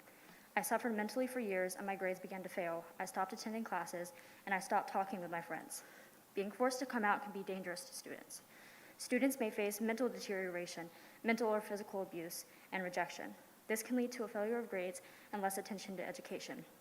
If schools truly strive to give students education and a safe environment to learn in, it is the highest hypocrisy to believe that LGBTQ+ students can learn safely when there are laws in place that can effectively lead to the mental and physical harm of their students. End quote. For the reasons showed here, please do not incorporate SB 49 to protect our school students. Changing course. According to the World Meteorological Organization, our planet will cross the point of no return of 1.5 degrees Celsius within 4 years. Rapid and decisive action must be taken to lower our emissions by this deadline, as well as to combat impacts that will affect our society and education before this point. This is why we are proposing climate resiliency infrastructure and programs to prepare our schools and the students they provide for. I may be wrong, but I have noticed that there does not seem to be a place for sustainability and climate crisis readiness infrastructure and programs in the proposed annual budget. This is concerning for the future of Buncombe County schools and its students, as well as an overall long-term financial decision. Although renewable systems like solar have a larger upfront cost, renewable prices continue to drop while non-renewables prices are forecasted to rise over the long term. We appreciate the action Buncombe County Schools has taken in the past to integrate solar systems, but this momentum must be kept going to reach the 4-year statistic in time. Additionally, climate evacuation and readiness plans, as well as building updates, can protect students as well as infrastructure. These plans will protect members of the community from extreme weather while also protecting the investment of buildings and other resources. Pathways to Green Jobs through the CTE program and updated climate curriculum will educate students and prepare them to face the climate crisis.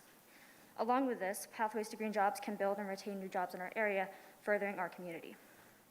We invite you to make choices that will benefit future students and members of the community.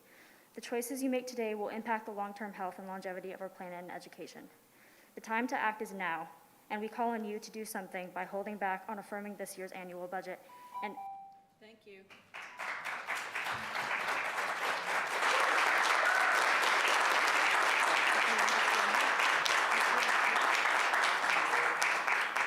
Amber Meredith.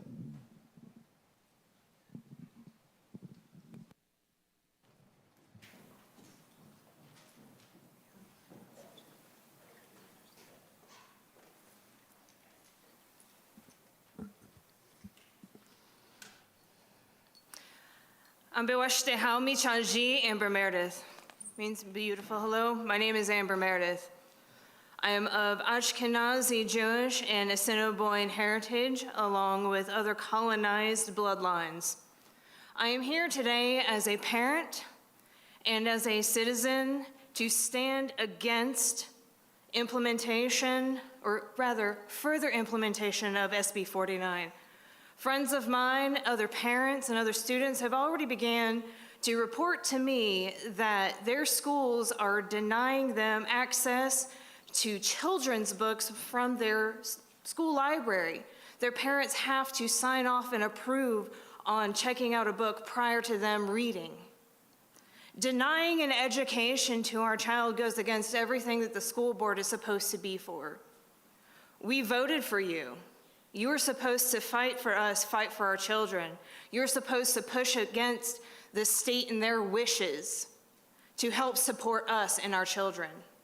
If you care about our children as much as you claim that you do, then you will do everything within your power to honor the comments made about the environmental necessities that need to be implemented and incorporated into our schools. We need to also denounce groups such as Moms for Liberty that sit behind me now that want to talk about my community's depravity when their own leader is currently under scrutiny on a very public stage for the same exact depravity that you are trying to deny our children freedom to be. Children should decide to be who they are without fear. I was never allowed to be who I was outside of being in school in the presence of my teachers. I did not have a safe space at home. Most of these children in our schools lack a safe space at home because their bullying is taught behavior. I pulled my child out of in-person instruction due to the lack of support that teachers are given from administration for their so-called zero tolerance for bullying policies. By further implementing aspects of SB 49, you are putting children like my child in danger. My child came to me because they felt comfortable and loved and safe and came out to me as a two-spirit child. They use they, he pronouns and identify as a two-spirit person that is beyond your comprehension. And I pray to Creator that your hearts and your spirits are open and you hear the words of those that are in fear of their children's lives because of us. Thank you.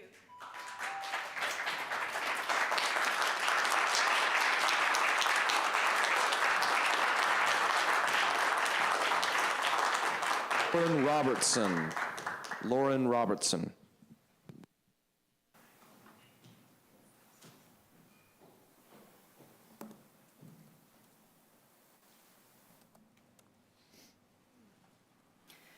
Hi guys, it's me again. I'm Lauren Robertson, and my amazing wife and I have 4 awesome kids in the Reynolds District. Every month since SB 49 was passed, I've come here to you. Sometimes I've had to speak alone. I'm not part of a group. I leave my children at home so they don't hear some of these crazy people. I write what I want you to know.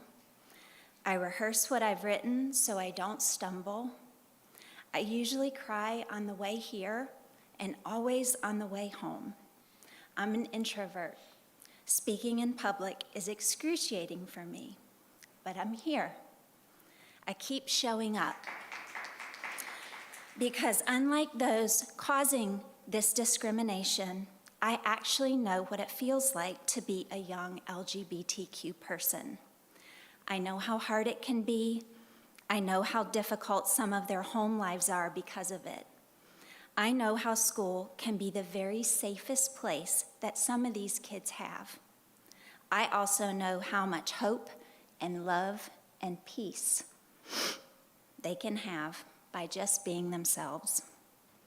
I have been deeply touched in the last few months to have total strangers from your districts reach out to me with gratitude and support. Many have said, I could never do that. I could never get up and speak. If my words reach one young person or one teacher, if my words can help just one of you feel more confident in rejecting discrimination, then I consider my discomfort irrelevant and I will find myself blessed. You, our school board, will be faced with choices in the coming months that will determine how a small group of humans are treated. You will hear loud and hateful voices that can be difficult to ignore. But I believe that each of you is in the very right seat to provide equity to every child in your care. You were elected by your districts based on your experience, your dedication, and your ethics. Jimmy Carter said, "We are, of course, a nation of differences. Those differences don't make us weak. They're the source of our strength."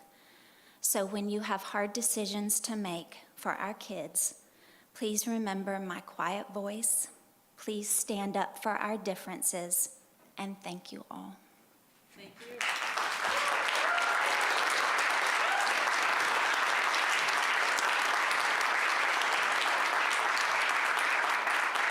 Ada Sloop. Ada Sloop.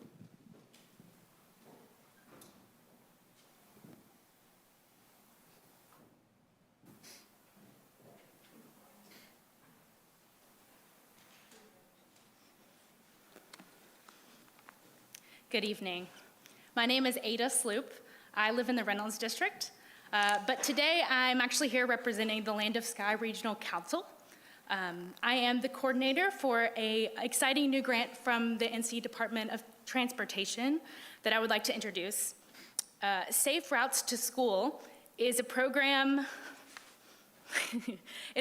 for Buncombe, Haywood, Henderson, Transylvania, Madison counties, and Asheville City schools.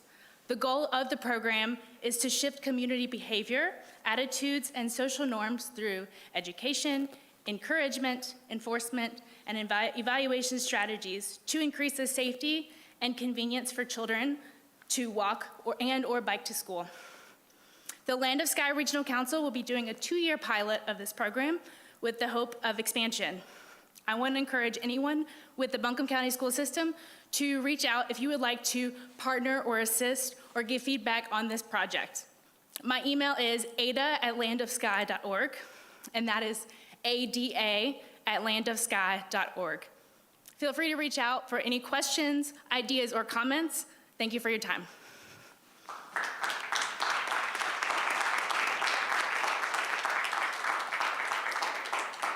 Amanda Simmons.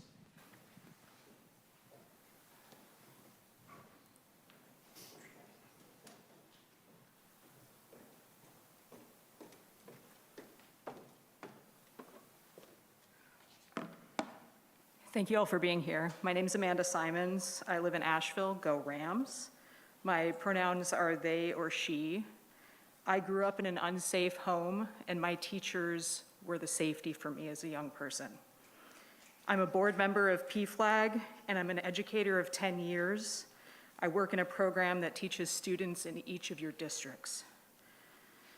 I have a student who one day suddenly insisted their name was Cheetos. It's so silly. It's so silly, but I honored it. As a teacher, I have to create a safe environment where my students are seen, heard, understood, and safe. I should also mention that as an educator, I teach kids how to use power tools. I teach spinning blades to children. Trust is so important in my line of work. Trust has to go both ways. The students have to trust me. I have to trust them. Using someone's name, whatever name it is that they tell me, is a way that I can easily build trust with my kids. As an educator, I don't ever want to be put in a position where I'm endangering the safety of a child by reporting something that they said to me while I'm teaching them how to use power tools. I stand before you asking you to consider what SB 49 is doing. It's violating the trust between students and educators. It's telling students that it's not okay for them to be themselves. It's telling students that it's not okay to be silly. It's telling the students that it's not okay to be curious. In my line of work, trust is what's keeping us physically and emotionally safe. Thank you for your time today.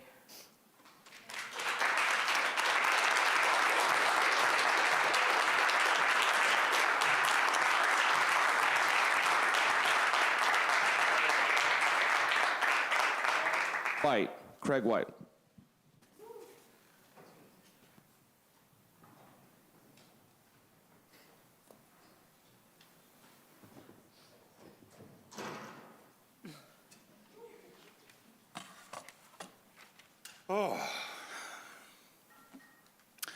I'm Craig White. I'm the Supportive Schools Director for the Campaign for Southern Equality. I use he and they pronouns. Good evening, board members. I hope it still is. Good evening, Dr. Jackson. Here we are. Here we are. This is where we are. I'm ignoring my scripted comments because so many of my friends and neighbors have made my points already. I was going to tell you the damage that provisions based on SB 49 will cause to LGBTQ students and families and staff and faculty, but they have made that point for themselves. I was going to tell you about the hostile educational environment that exists in our schools and in so many Buncombe County homes, but my other neighbors have made that point very clear as well. I would like to point out something that you might have missed in all of this testimony. I was coming tonight to appreciate the hard work of the policy committee. You listened to the public comment that was given a month ago, and Mr. Elliott and the rest of the policy committee worked very hard to craft policies that would mitigate the harms of SB 49 as much as possible. Now, less harm is not no harm. I still think you should vote no tonight. But notice the way that some national anti-LGBTQ organization, I don't know which one, but there is some organization that brought their team of attorneys to look at the work that the policy committee did. And they have named every change, every revision, every edit that you put in there to try to keep LGBTQ students just a little bit safer. They have called those out tonight. That's what we live with. That's what we live with, is that scrutiny, that constant scrutiny, that constant fear of attack, that somebody is going to see us being ourselves and say, that's not okay. That needs to be stopped. That needs to be silenced. I agree with trust and transparency between schools and families, between families and children, between schools and children. But if I want to know what books my kid is reading, I ask my kid. If I want to know what name and pronouns my child is using, I ask my kid. The day when my son came out to me was one of the most precious moments I've ever had as a parent. I don't want a school to steal that from me. Please do the right thing tonight and vote no. Thank you.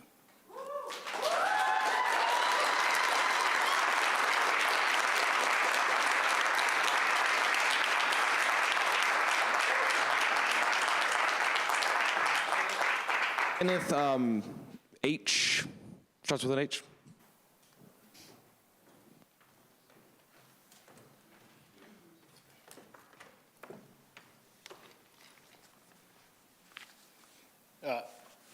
Ladies and gentlemen of the school board, I'm Kenneth Hips, and I come before you today as a concerned parent of a daughter who's was a proud member of Irwin High School volleyball team. Our connection to the school and our deep commitment to the success of its program drive me to address you on a matter of utmost importance. Respecting the board's rules, I will refrain from naming individuals involved in this matter, but on August 7th of this year, I submitted a FOIA request for transactions and for fundraising events, including fundraising in general, organized by the coaches for Irwin High School volleyball team during the calendar year 2020, 21, 22, and year-to-date of 2023. To get to the heart of this subject, I want to share a personal story. As a parent, I've witnessed the dedication and hard work our student athletes put into the volleyball team. These young individuals not only aim for success on court, but also carry values of teamwork and perseverance with them into the future. The first item is missing deposits for raffle fundraising events. During my review, I uncovered troubling issues, a discrepancy in the financial records regarding a raffle fundraising event that took place around October 22nd of 2022. There are no record of deposits related to this event, an event that was meant to support Irwin High School volleyball team. What troubles me the most is that a screenshot from the Remind Me app that the coaches sent out, encouraging each member to sell at least 15 tickets. The absence of any corresponding deposits raises grave concerns about the handling of funds generated from this event. The second thing, coaching supplements disbursements. Further investigation revealed disbursements for coaching supplements. It's crucial to emphasize that these supplements should ideally be budgeted and covered by the Buncombe County Schools, especially when our primary fundraising goal was to be used for intended purchases of vital equipment for the volleyball team. Regrettably, I found no records of expenses related to the volleyball equipment. Instead, I've come across expenditures of items such as banners and coaches' polos. Lastly, unusual deposit patterns. The frequency of deposits, as another concern, is that it surfaces regular deposit patterns on the financial ledger. Prior to the meeting that took place with the coaches in August, there was noticeable lack of deposits. Afterwards, there's a stark contrast in the deposit activity before and after these meetings. Ladies and gentlemen, the issues strike at the very heart of the school's values: integrity. Thank you, sir.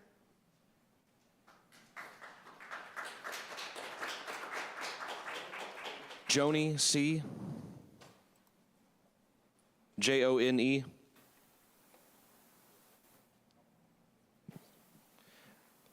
Shay Filler.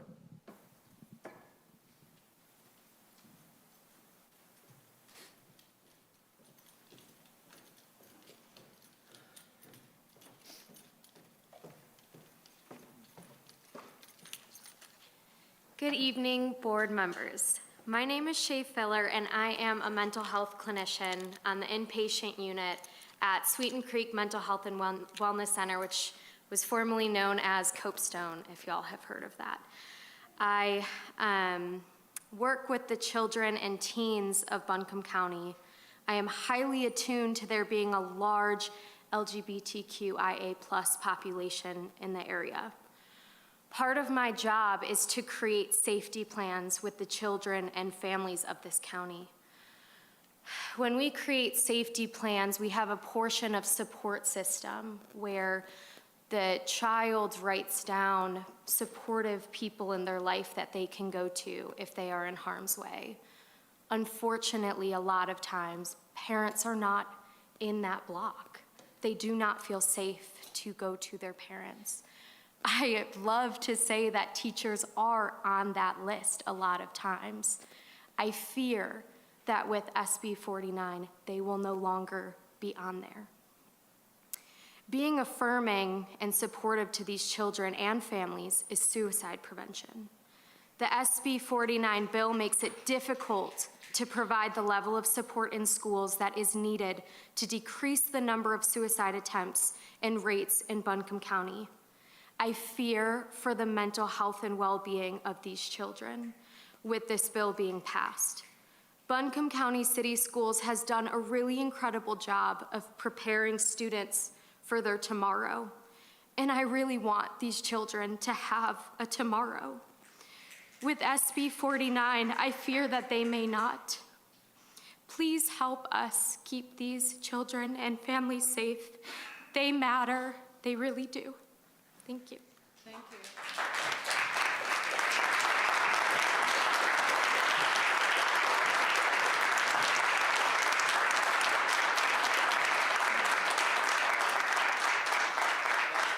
Speaker for the evening, Haley Roth.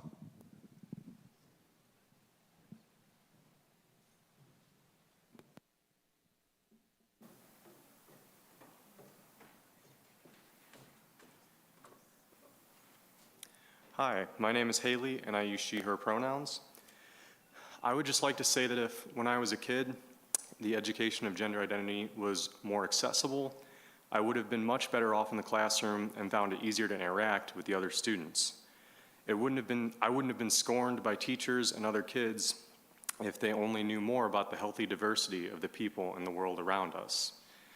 The World Health Organization, American Psychological Association, American Psychiatric Association, American Medical Association, and the American Academy of Pediatrics all acknowledge that when kids are prevented in being able to explore their gender identity, and when they aren't in a supportive environment that acknowledges their identity, their performance in the classroom is hindered, their ability to socialize with other peers becomes more difficult, and their mental health worsens, as we've heard stories from others in here. SB 49 is harmful to students and puts their lives in danger. The so-called right to information about our children was a non-issue until we learned that transgender children exist. Parents have all of the information they need, and we actually haven't seen any real issues in regards to the information that parents already have about their children from school administrators and teachers. Looking back on our country's history, the Confederacy is said to have fought for states' rights, but to do what? We all know. SB 49 is said to be a parent's bill of rights, but what is it really giving them the right to do? Is it a right to information about their children, or is it a heinous violation of privacy? Privacy is protected by the 14th Amendment of our Constitution. I see it as the latter, as so many of us do, and as today's youth do. I hope you do too. Thank you. Thank you.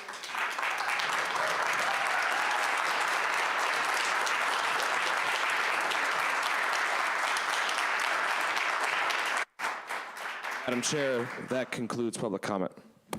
Thank you. We're going to take a 10-minute break.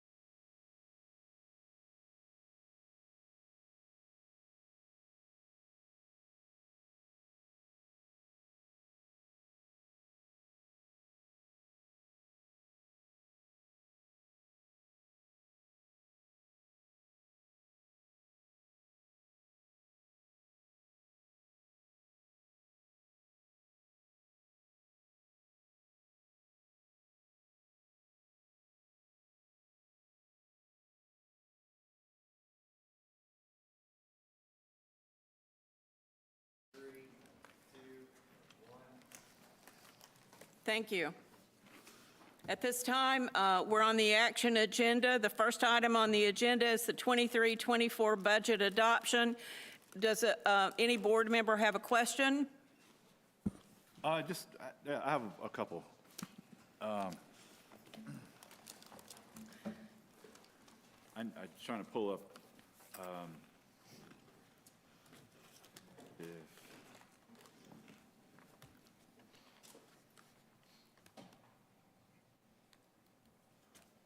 Ms. Thorpe.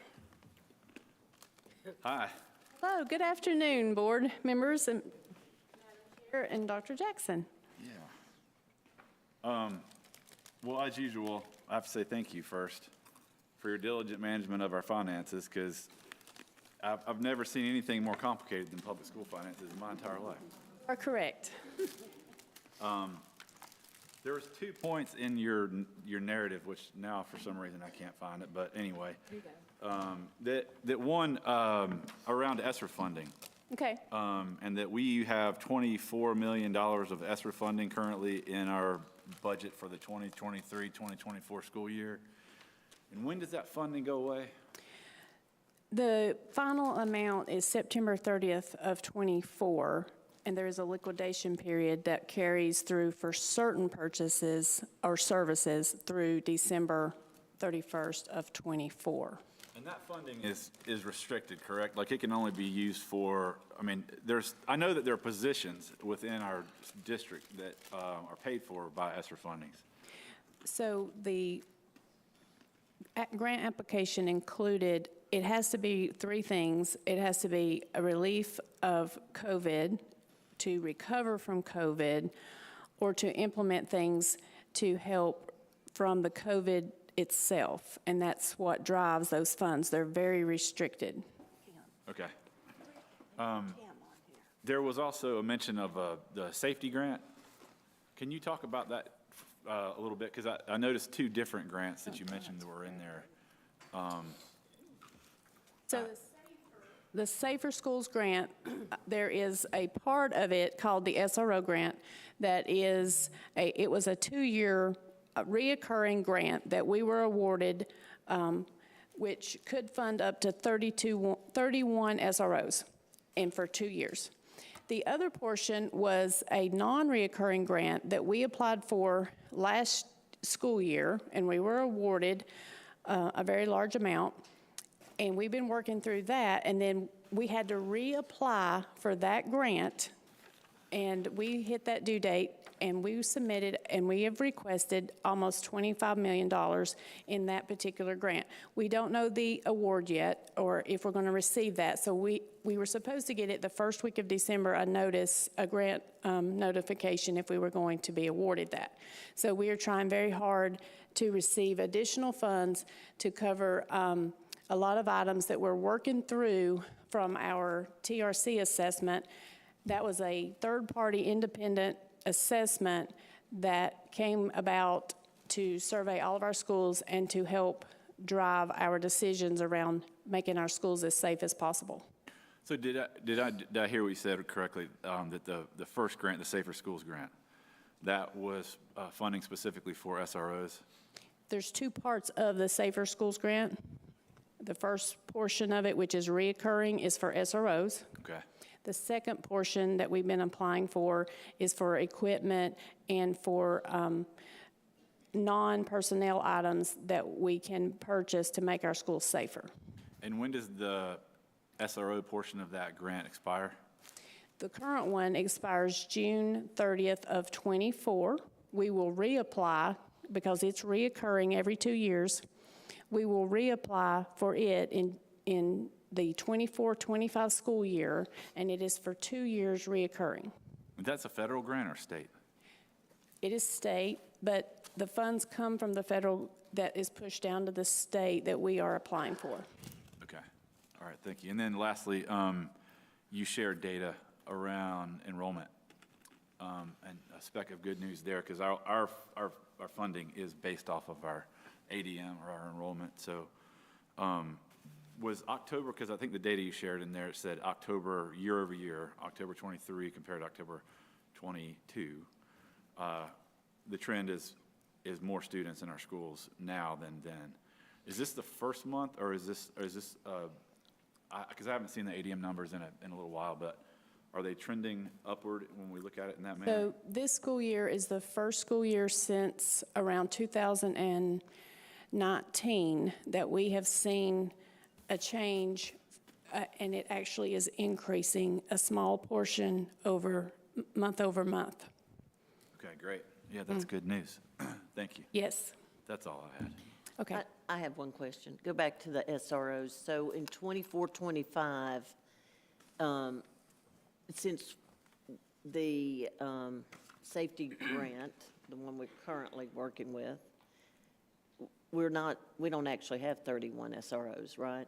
We currently do not. We're sitting at around 19. And that's a matter of recruiting and hiring? It's a mixture of staffing issues, yes. Staffing issues. Okay. All right. We any need other- those 31. Sorry. Any other questions by board members? I'd entertain a motion to approve. So moved. Thank you. Second? Second. All those in favor? Aye. Any opposed? Next item, the approval of school improvement plans 23-24. Any questions by board members? I would like to say that these documents were efficiently done, well-read, and very informative. And can I just add one quick thing about that, please? Is that the school improvement plans are mandated by state law, and part of it is to involve parents in our schools. It's one of the many opportunities for parents to be involved in our schools alongside our students and alongside our staff. Most school improvement teams have at least 5 members, working together throughout the year. So, it's just a huge lift when you look at it. The time that's taken by the parents and the students and the staff to put that together, it's, 300 to 400 folks working across our county all year long on ways to improve our schools. So I just want to say thanks for all that time. Thank you. Any other? And Madam Chair, just to be sure, the public can find these school improvement plans Yes. on their individual school websites also? Yes, That's- they can. Stacey's Okay. going to, well, maybe. Dr. Reed is going to respond to that. Thank you, Dr. Reed. Yeah, absolutely. Yes, every school's plan can be accessed from the school website. Thank you. Just wanted to clear that All up. right, thank you. That being said, I'd entertain a motion to approve. So moved. Second? Second? Second. Thank you. All those in favor? Aye. Any opposed?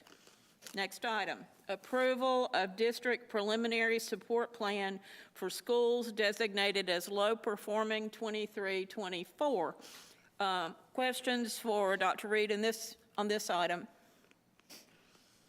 Thank you, Dr. Reed. Sorry.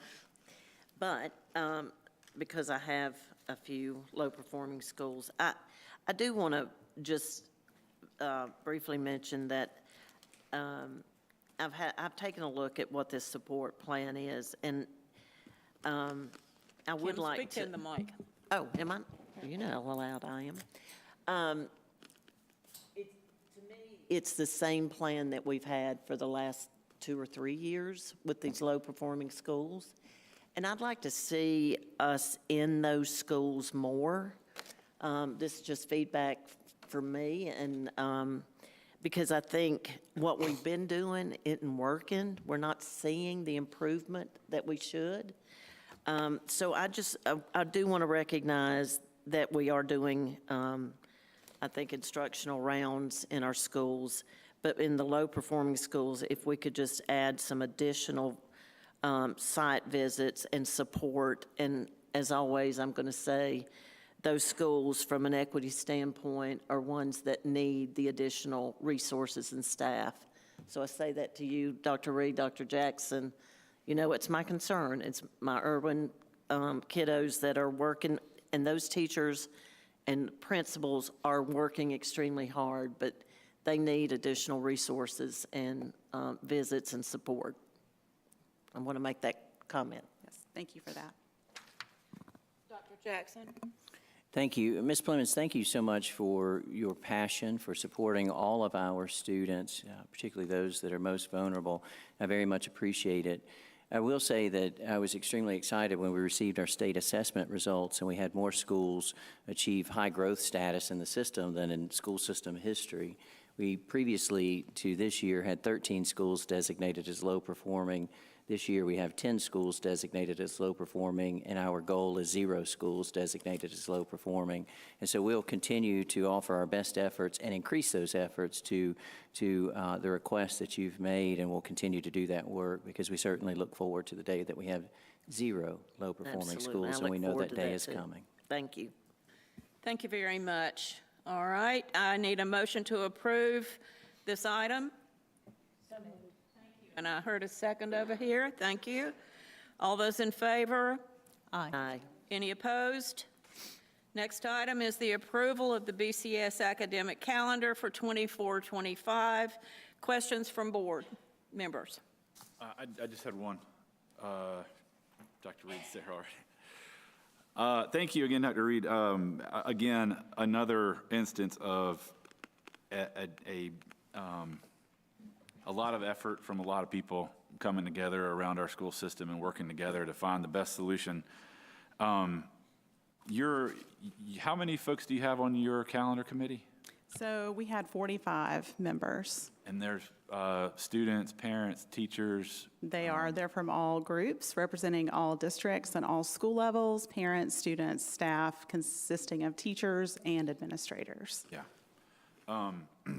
Well, thank you again for all the hard work. I know this is a really tricky topic for all of us because the school calendar impacts all of our lives so much. It dictates when we can take vacation. It dictates everything that we do in our lives if you have school-age kids. So it impacts so many people, not just the folks in this room. But I'm really curious. Last year, we passed a resolution explaining the challenges that the school calendar law presents our school system and the hurdles that the school calendar law puts in front of our students, namely the fact that when we start so late, we can't get done with our first semester exams prior to the holiday break.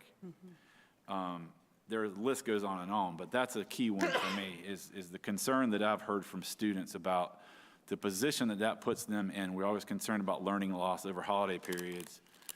And so we have a full 2-week break, and then we come back, and we have a couple weeks, and then we take a final exam.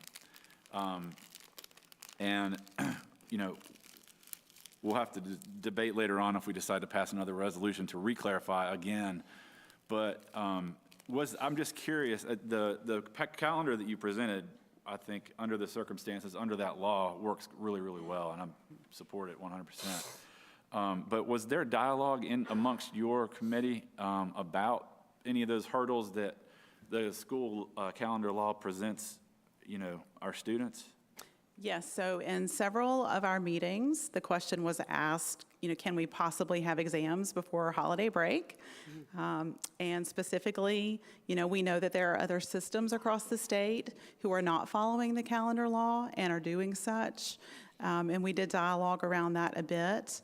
The main concern was getting in those exams before holiday break. And then in addition to the standard academic calendar, there's also a separate calendar for early college, middle college, and the Career Innovation Center for Career Innovation. So in that law, it allows 2 separate school calendars because one is on, our traditional schools are on a,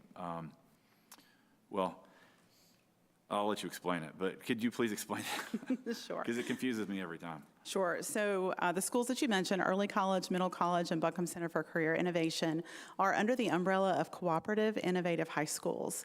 And as such, they're not bound to the start and end date law that the rest of our schools are bound to.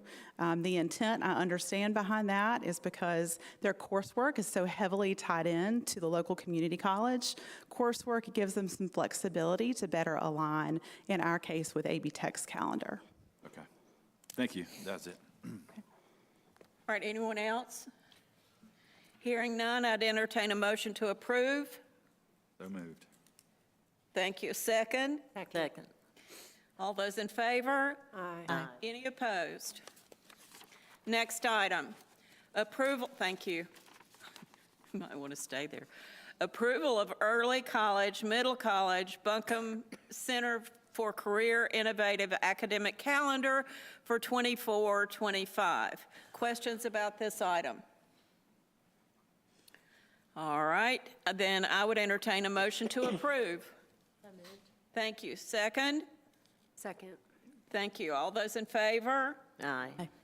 Next item, central services renovations, accept guaranteed maximum price, GMP, and authorize construction manager at risk, Seymour, to proceed. Questions on this item?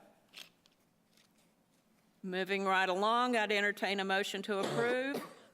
So moved. Thank you. Second? Second. Thank you. All those in favor? Aye. Any opposed?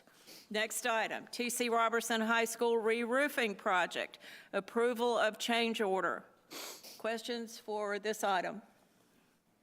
I'd like to just say that I was pleased, if I read this correctly, that for the additional roofing that we're going to be taking care of, it looked like the per square foot remained the same.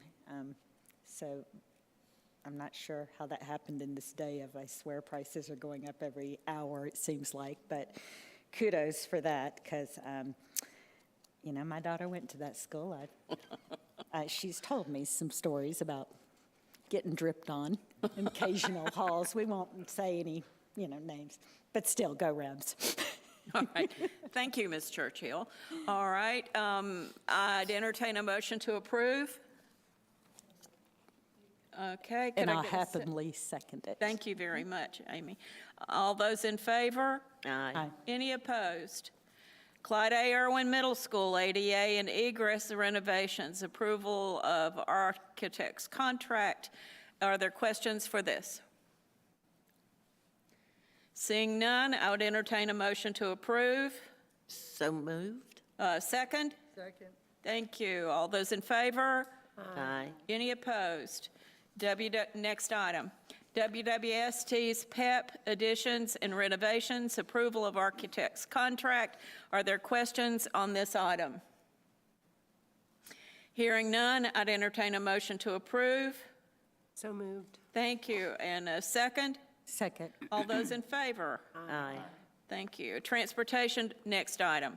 Transportation Department additions and renovations, approval of construction manager at risk, CMAR, and the architect's contracts. Any questions or comments about this? I'm really glad we're looking into making a space big enough for Jeremy Stowe's buses to go in there and be worked on. I understand we have an old space and a big new bus. All those in favor? Aye. No. Could I get an approval on that? I'll make a motion, we approve. Thank you. Could I get a second? Thank you. All those in favor? Aye. Any opposed? Okay, next item, naming of school facilities. I believe Dr. Jackson has something. You know, that man moves like he's stealth, just as quiet as he can go. Yeah, thank you. Madam Chair, members of the Board of Education, last year as I spent time in all of our schools, one of the things that stood out beyond the amazing students and staff that we have in our school system, are the incredible facilities that we have at our school systems. Schools like Hominy Valley Elementary School, the design and build of Eblin Intermediate School, Kuntz Intermediate School, Inca Intermediate School, Nesbitt Discovery Academy, and renovations to Community High School that at one point was Swannanoa School, where I attended school, now looks very differently and serves our students well.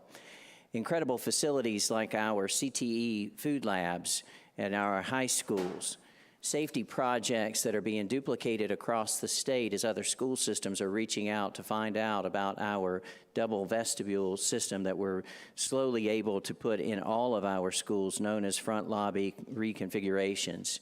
Things like additions and renovations at Hall Creek Elementary School and Estes Elementary School. As I've gone through our facilities and seen things like a tower that mirrors the Inca plan at Inca Intermediate School, seen things like mathematical equations and mathematical graphic forms that are built into the building as students are walking by, they see that. I've been absolutely blown away. All of those projects that I just mentioned have one thing in common. The lead person from our school system who led that work was our facilities and planning director, Mr. Tim Fearley. Mr. Fearley is on the cusp of retiring from our school system after almost 24 years of service to Buncombe County Schools. He earned his bachelor's and master's of architecture in New York. Prior to working in Buncombe County Schools, he worked for several architecture firms in New York and Pennsylvania. All of the projects I mentioned, including hundreds of roofing projects like the projects we mentioned this evening, are all credit to his hard work and the team that he put together. Within the last month, I received a recommendation that I proudly bring to you and would offer to you for your consideration.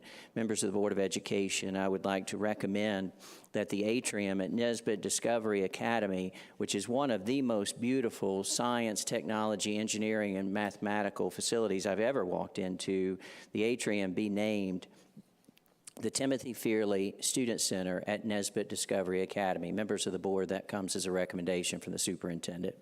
Board, I would entertain a motion to support Dr. Jackson's. I'll make the motion to. Thank you. Second. Okay, in unison, all those in favor? Aye.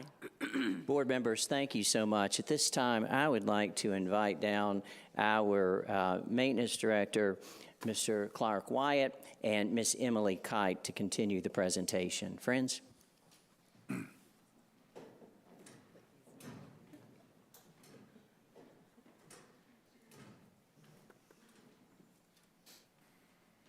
Madam Chair, members of the board, Dr. Jackson, thank you for this approval for the naming of the student center for Mr. Tim Fearley. Tim, what a career. I was sitting, just while we were sitting here tonight, looking up the definition of legacy. And legacy is something that is passed on. Your innovative work for Buncombe County Schools will be part of your legacy. And for that, I am thankful, and I know the school system's thankful. Thank you for the many years of being a great coworker and a friend. I hope your retirement's everything you want it to be. And I'd like to introduce Miss Emily Kite and Maggie Carnevale for some more comments. Madam Chair, members of the board, and Dr. Jackson, it is our great privilege to have been invited to be a part of this recognition for Tim Fearley's service and dedication to the district. As architects and parents in this community, we share Tim's commitment for taking care of the facilities that are so critical to the success of our students and teachers. I first met Tim in 1997. We worked together. I was an intern, an architectural student intern at a firm that Tim worked with before he worked at Buncombe County Schools. He was a mentor for me and formative as part of my own education in architecture. And we've had many opportunities over the years to reminisce about some of those experiences at that firm. In his time with Buncombe County Schools, Tim has represented the district well, always supporting the work of local architects and contractors and pursuing excellence and equity across the district's facilities in every project. I cannot think of a more fitting dedication than to recognize Tim's contributions with the naming of the Student Center at the Nesbitt Academy. At the risk of getting a little bit nerdy about school architecture for just a second, Tim's leadership in the design of the school at the time was on the cutting edge of design thinking about how learning environments should be created. The design reflects the innovative approach of how the curriculum delivery is envisioned for this school, and it supports the work that students and teachers are doing there every day. Industry-wide, we're just starting to see many of the concepts that Tim captured in this building as part of the mainstream approach to school design. Tim, we are grateful for the collaborative ways that we have been able to work with you on every project we've had the privilege to work on for the district. This is a well-deserved recognition, and we wish you a happy and healthy retirement, and we hope for many opportunities in the future to reminisce and to reconnect over the more than 20 years that we've all worked with you in this community. That's all I got.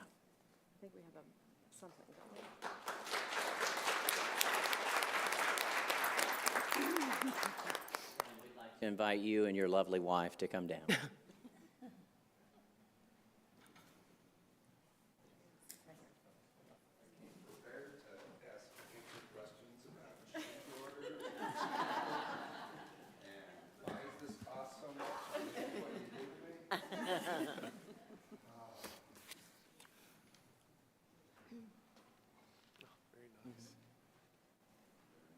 As you hold that beautiful plaque, your legacy, what perfect words from Clark, will certainly live on in the lives of our students as they see your work every single day. Clark, can we figure out what in the world this thing is? Yeah, we'll figure out what this is right here. Members of the board, if you'd like to come around and join us.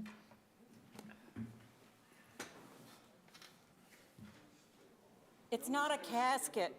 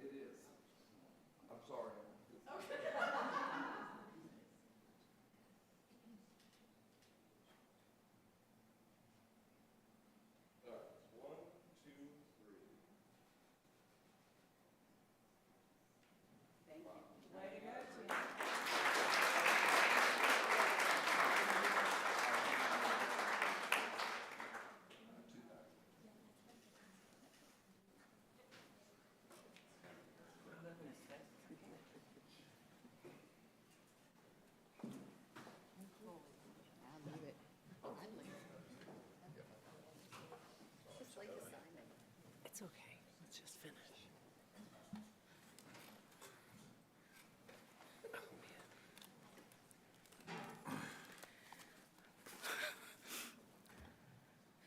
It was interesting to watch Tim's facial expression when Clark rolled this in, and I really think he thought it was another structure because it could be considered a casket, you know? But we think Tim's going to stick around for a long time, and we're glad. The next, let's see. Am I on consent agenda? All right, the next item on the agenda is the consent agenda. It's minutes for November 7, 2023, special call work session, minutes for November 7, 2023, regular open session, the personnel report, the approval of the extension of the superintendent's contract through June 30, 2027, Woodfin Elementary School sewer easement request, Curriculum Department sole source procurement request, Kendall Hunt Publishing Company, Oakley Elementary School request to change banking institutions, policies for second reading. Policy 1310, 4002, parental involvement. Policy 2400, board policies. Policy 3210, parental inspection of and objection to instructional materials. Policy 3540, comprehensive health education program. Policy 4335, criminal behavior. Policy 4720, survey of students. Policy 6120, student health services. Policy 7300, staff responsibilities. Policy 7800, 1610, professional and staff development. Policy 7810, evaluation of licensed employees.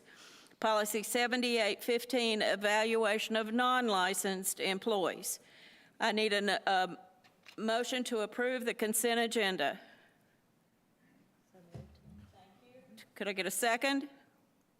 I'll second. Thank you. All those in favor? Discussion, please, Madam Chair. Do the vote, and then I'll give you personal privilege.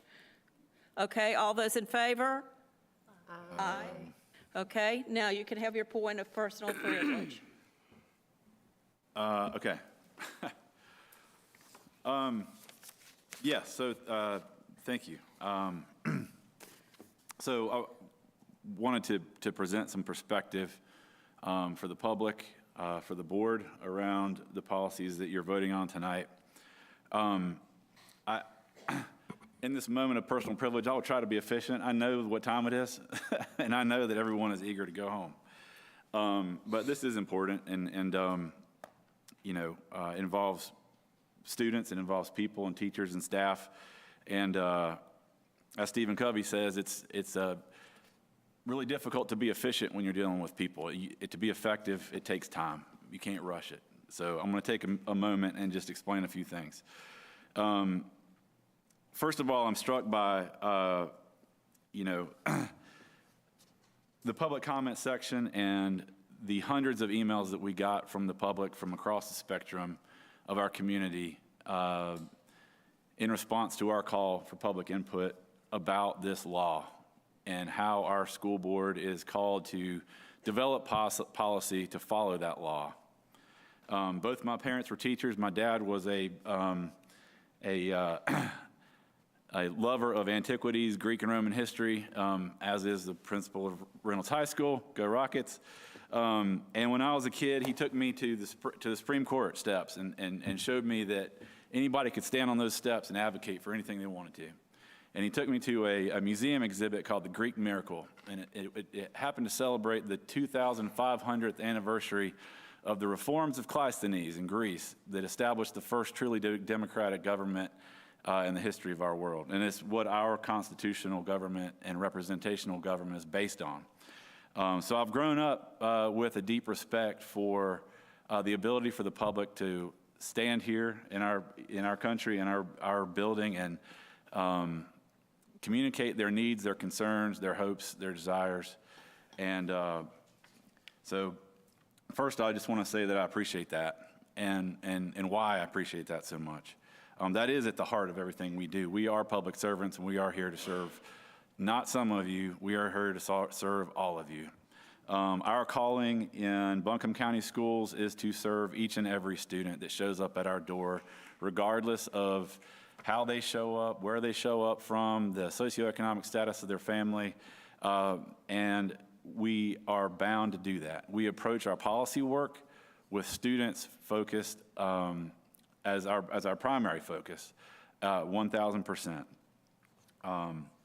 And so I want to start with that in all of this work, even in the stuff that we don't agree with, like the calendar law, we said we are bound to follow the law, but we are going to express why we don't like the law and the hurdles that the law causes us. And we'll do that for other things that come up too. And here, I think it's important to point out that it's really easy to look at this law in pieces and parts, right? And put it under a microscope and rip it apart and show everything that is in conflict and is going to cause a problem for people and things that people don't like. Same thing with our policy. It's easy to do that. It's easy to find the sentences in our policy that you disagree with, and that's totally fine. What I urge everyone to do is to look at this law and our policies in a broader perspective, all right? Think about that in a broader perspective. When we as public officials take an oath of office, that oath of office says that we solemnly swear to abide by the Constitution and laws of the federal government of the United States of America and the Constitution and laws of the state of North Carolina, not inconsistent therewith. That is the oath that we take.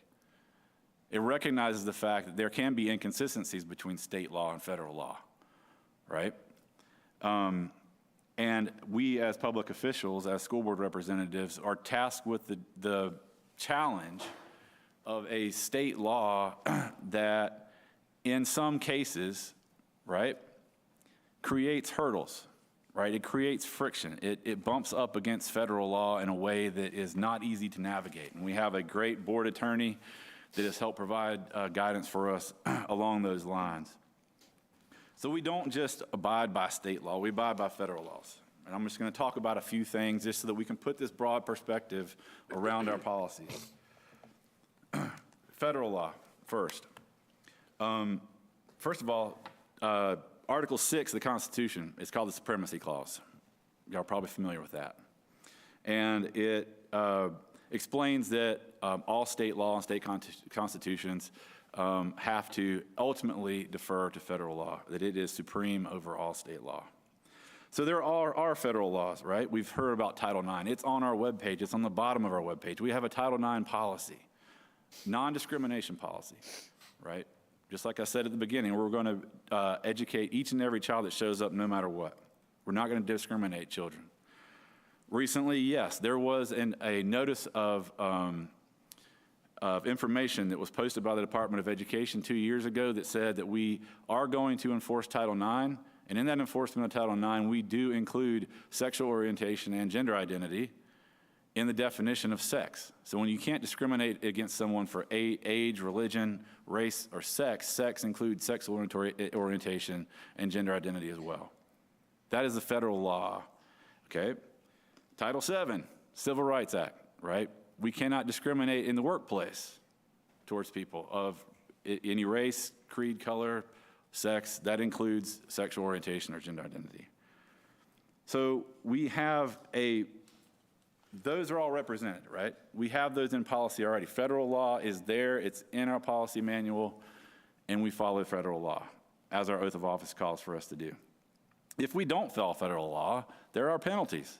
We can lose federal funding. Teachers can lose their teacher licensures. It is very, very serious and very complicated work. But we have to abide by federal law too, all right? So it's broader than this. State law. Even in state law, we have Good Samaritan laws. Good Samaritan laws in the state of North Carolina state that you have the ability to give immediate emergency care to someone, right? In the case of a minor, yes, you are meant to be contacting that parent and seeking their input, approval, everything that you need to do to save that child's life with the parent involved. If you cannot get a hold of that parent, right, you still need to save that child's life, right? So we have a state Good Samaritan law. We have state professional ethics standards for school social workers and school counselors that are mandated by the Department of Public Instruction under state law. And if you read those state professional ethical standards of school social workers and school counselors that are mandated by our same state, you will see that they are bound to include parents in their service to children, and that they do respect confidentiality in all cases with families, and they do work collaboratively. But it is something that you need to take into consideration. Our professional staff have to operate somehow in this law and do their job according to the professional ethical standards that are mandated by the same state that passed the Parents' Bill of Rights law. It is friction, okay? So there's that. North Carolina DPI also, under state law, mandated that all school districts across the state develop a mental health plan that we approved this past summer from our Student Services Department. NCDPI states in there that you must have a suicide protocol to follow as part of your mental health plan. So when a child comes to you in a mental health crisis and is seeking, legitimately seeking first aid, right? You are the first responder to a child in a mental health crisis. We are also bound by the same state law, from the same state that passes the Parents' Bill of Rights law, that we have to follow a protocol, a suicide protocol that includes, part of that protocol is an assessment, right? And our professionals out there, the school social workers and counselors that are charged with doing that, following that part of the state law, they need us. They need us as a board to figure out ways through our policy to reconcile all of this federal law and state law somehow to allow them to do their job to save a student's life, right? That's how heavy all of this is, right? It's not just as simple as finding the one or two sentences that don't work. It is a very big universe of federal and state law and state policy as well that we have to follow. So that is what the policy committee was tasked with. And under this state law, there are, I think, 12 parental rights that were listed. And number one that we were supposed to do was post them on our web pages. They are posted on our web pages. And I was excited when I was asked to serve as policy chair because I dug through the policy manual for our school system, and it blew me away. I'm not kidding you. If you take the time to look at our policy manual, look at how many paragraphs, how many policies talk about parental engagement, and that the recognition that parents have the responsibility and the right to raise their children, everything that we've heard tonight. Of course, we have policies that talk about, supporting students. Our gender support policy that talks about, someone read it earlier, but in that policy, it talks about the need to carefully help that student safely navigate those conversations with their parents. And I mention that because under the Parents' Bill of Rights, on page 1, after those 12 rights that they list that parents do have, they list 2 that parents do not have. Parents do not have the right to abuse or neglect their children. It is on the page 1 of the Parents' Bill of Rights law. It is referenced in other state law about the fact that parents do not have that right. We have policy already on our books that I was pleased to find about child abuse and student neglect, and that we have a duty by that state and federal law that anytime that we have evidence that a child is being abused or neglected, we have responsibilities, right, as public servants to take care of that child and notify services that can help support that child and that family and protect that child and keep them safe. So with all that in mind, as we went through all of these policies, we took all of your public comment at heart. And we did exactly what you can tell that we did. We had guidance from our attorney. We had guidance from the School Board Association that a team of lawyers that looked at the law and said, here's what it is. We also looked at our community and us as representatives, and we listened to everybody. And we said there is a lot of fear and concern in our community on different sides of the spectrum. How do we balance that? And we did our very best to do that. And we know that no one's probably going to leave here tonight perfectly satisfied. But I do feel very confident and very appreciative for our staff, the public comment, everybody that informed us on this journey to try to navigate this in a way that does.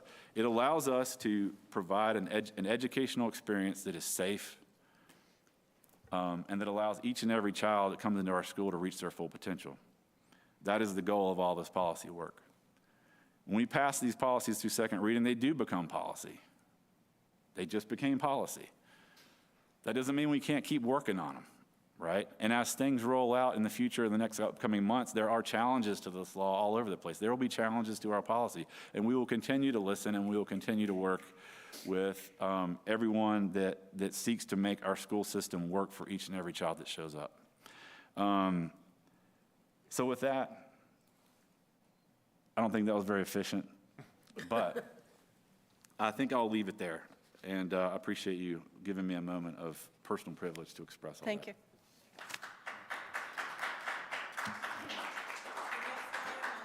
you. Is the information agenda, the 2023 and 2024 budget resource document, notification of informal construction and repair projects and change orders, policies for first reading, policy 7650, employee travel and other expense reimbursements, policy 4110, immunization and health requirements for school admission, and policy 7631, salary supplements. Our next board meeting will be on January the 11th. It will begin at 2 o'clock in the afternoon. We will have another work session, and then the regular board meeting will begin at 5:30 here in the Minotaurium. I would entertain a motion to adjourn. So moved. Thank you. Second? Second. All those in favor? Any opposed?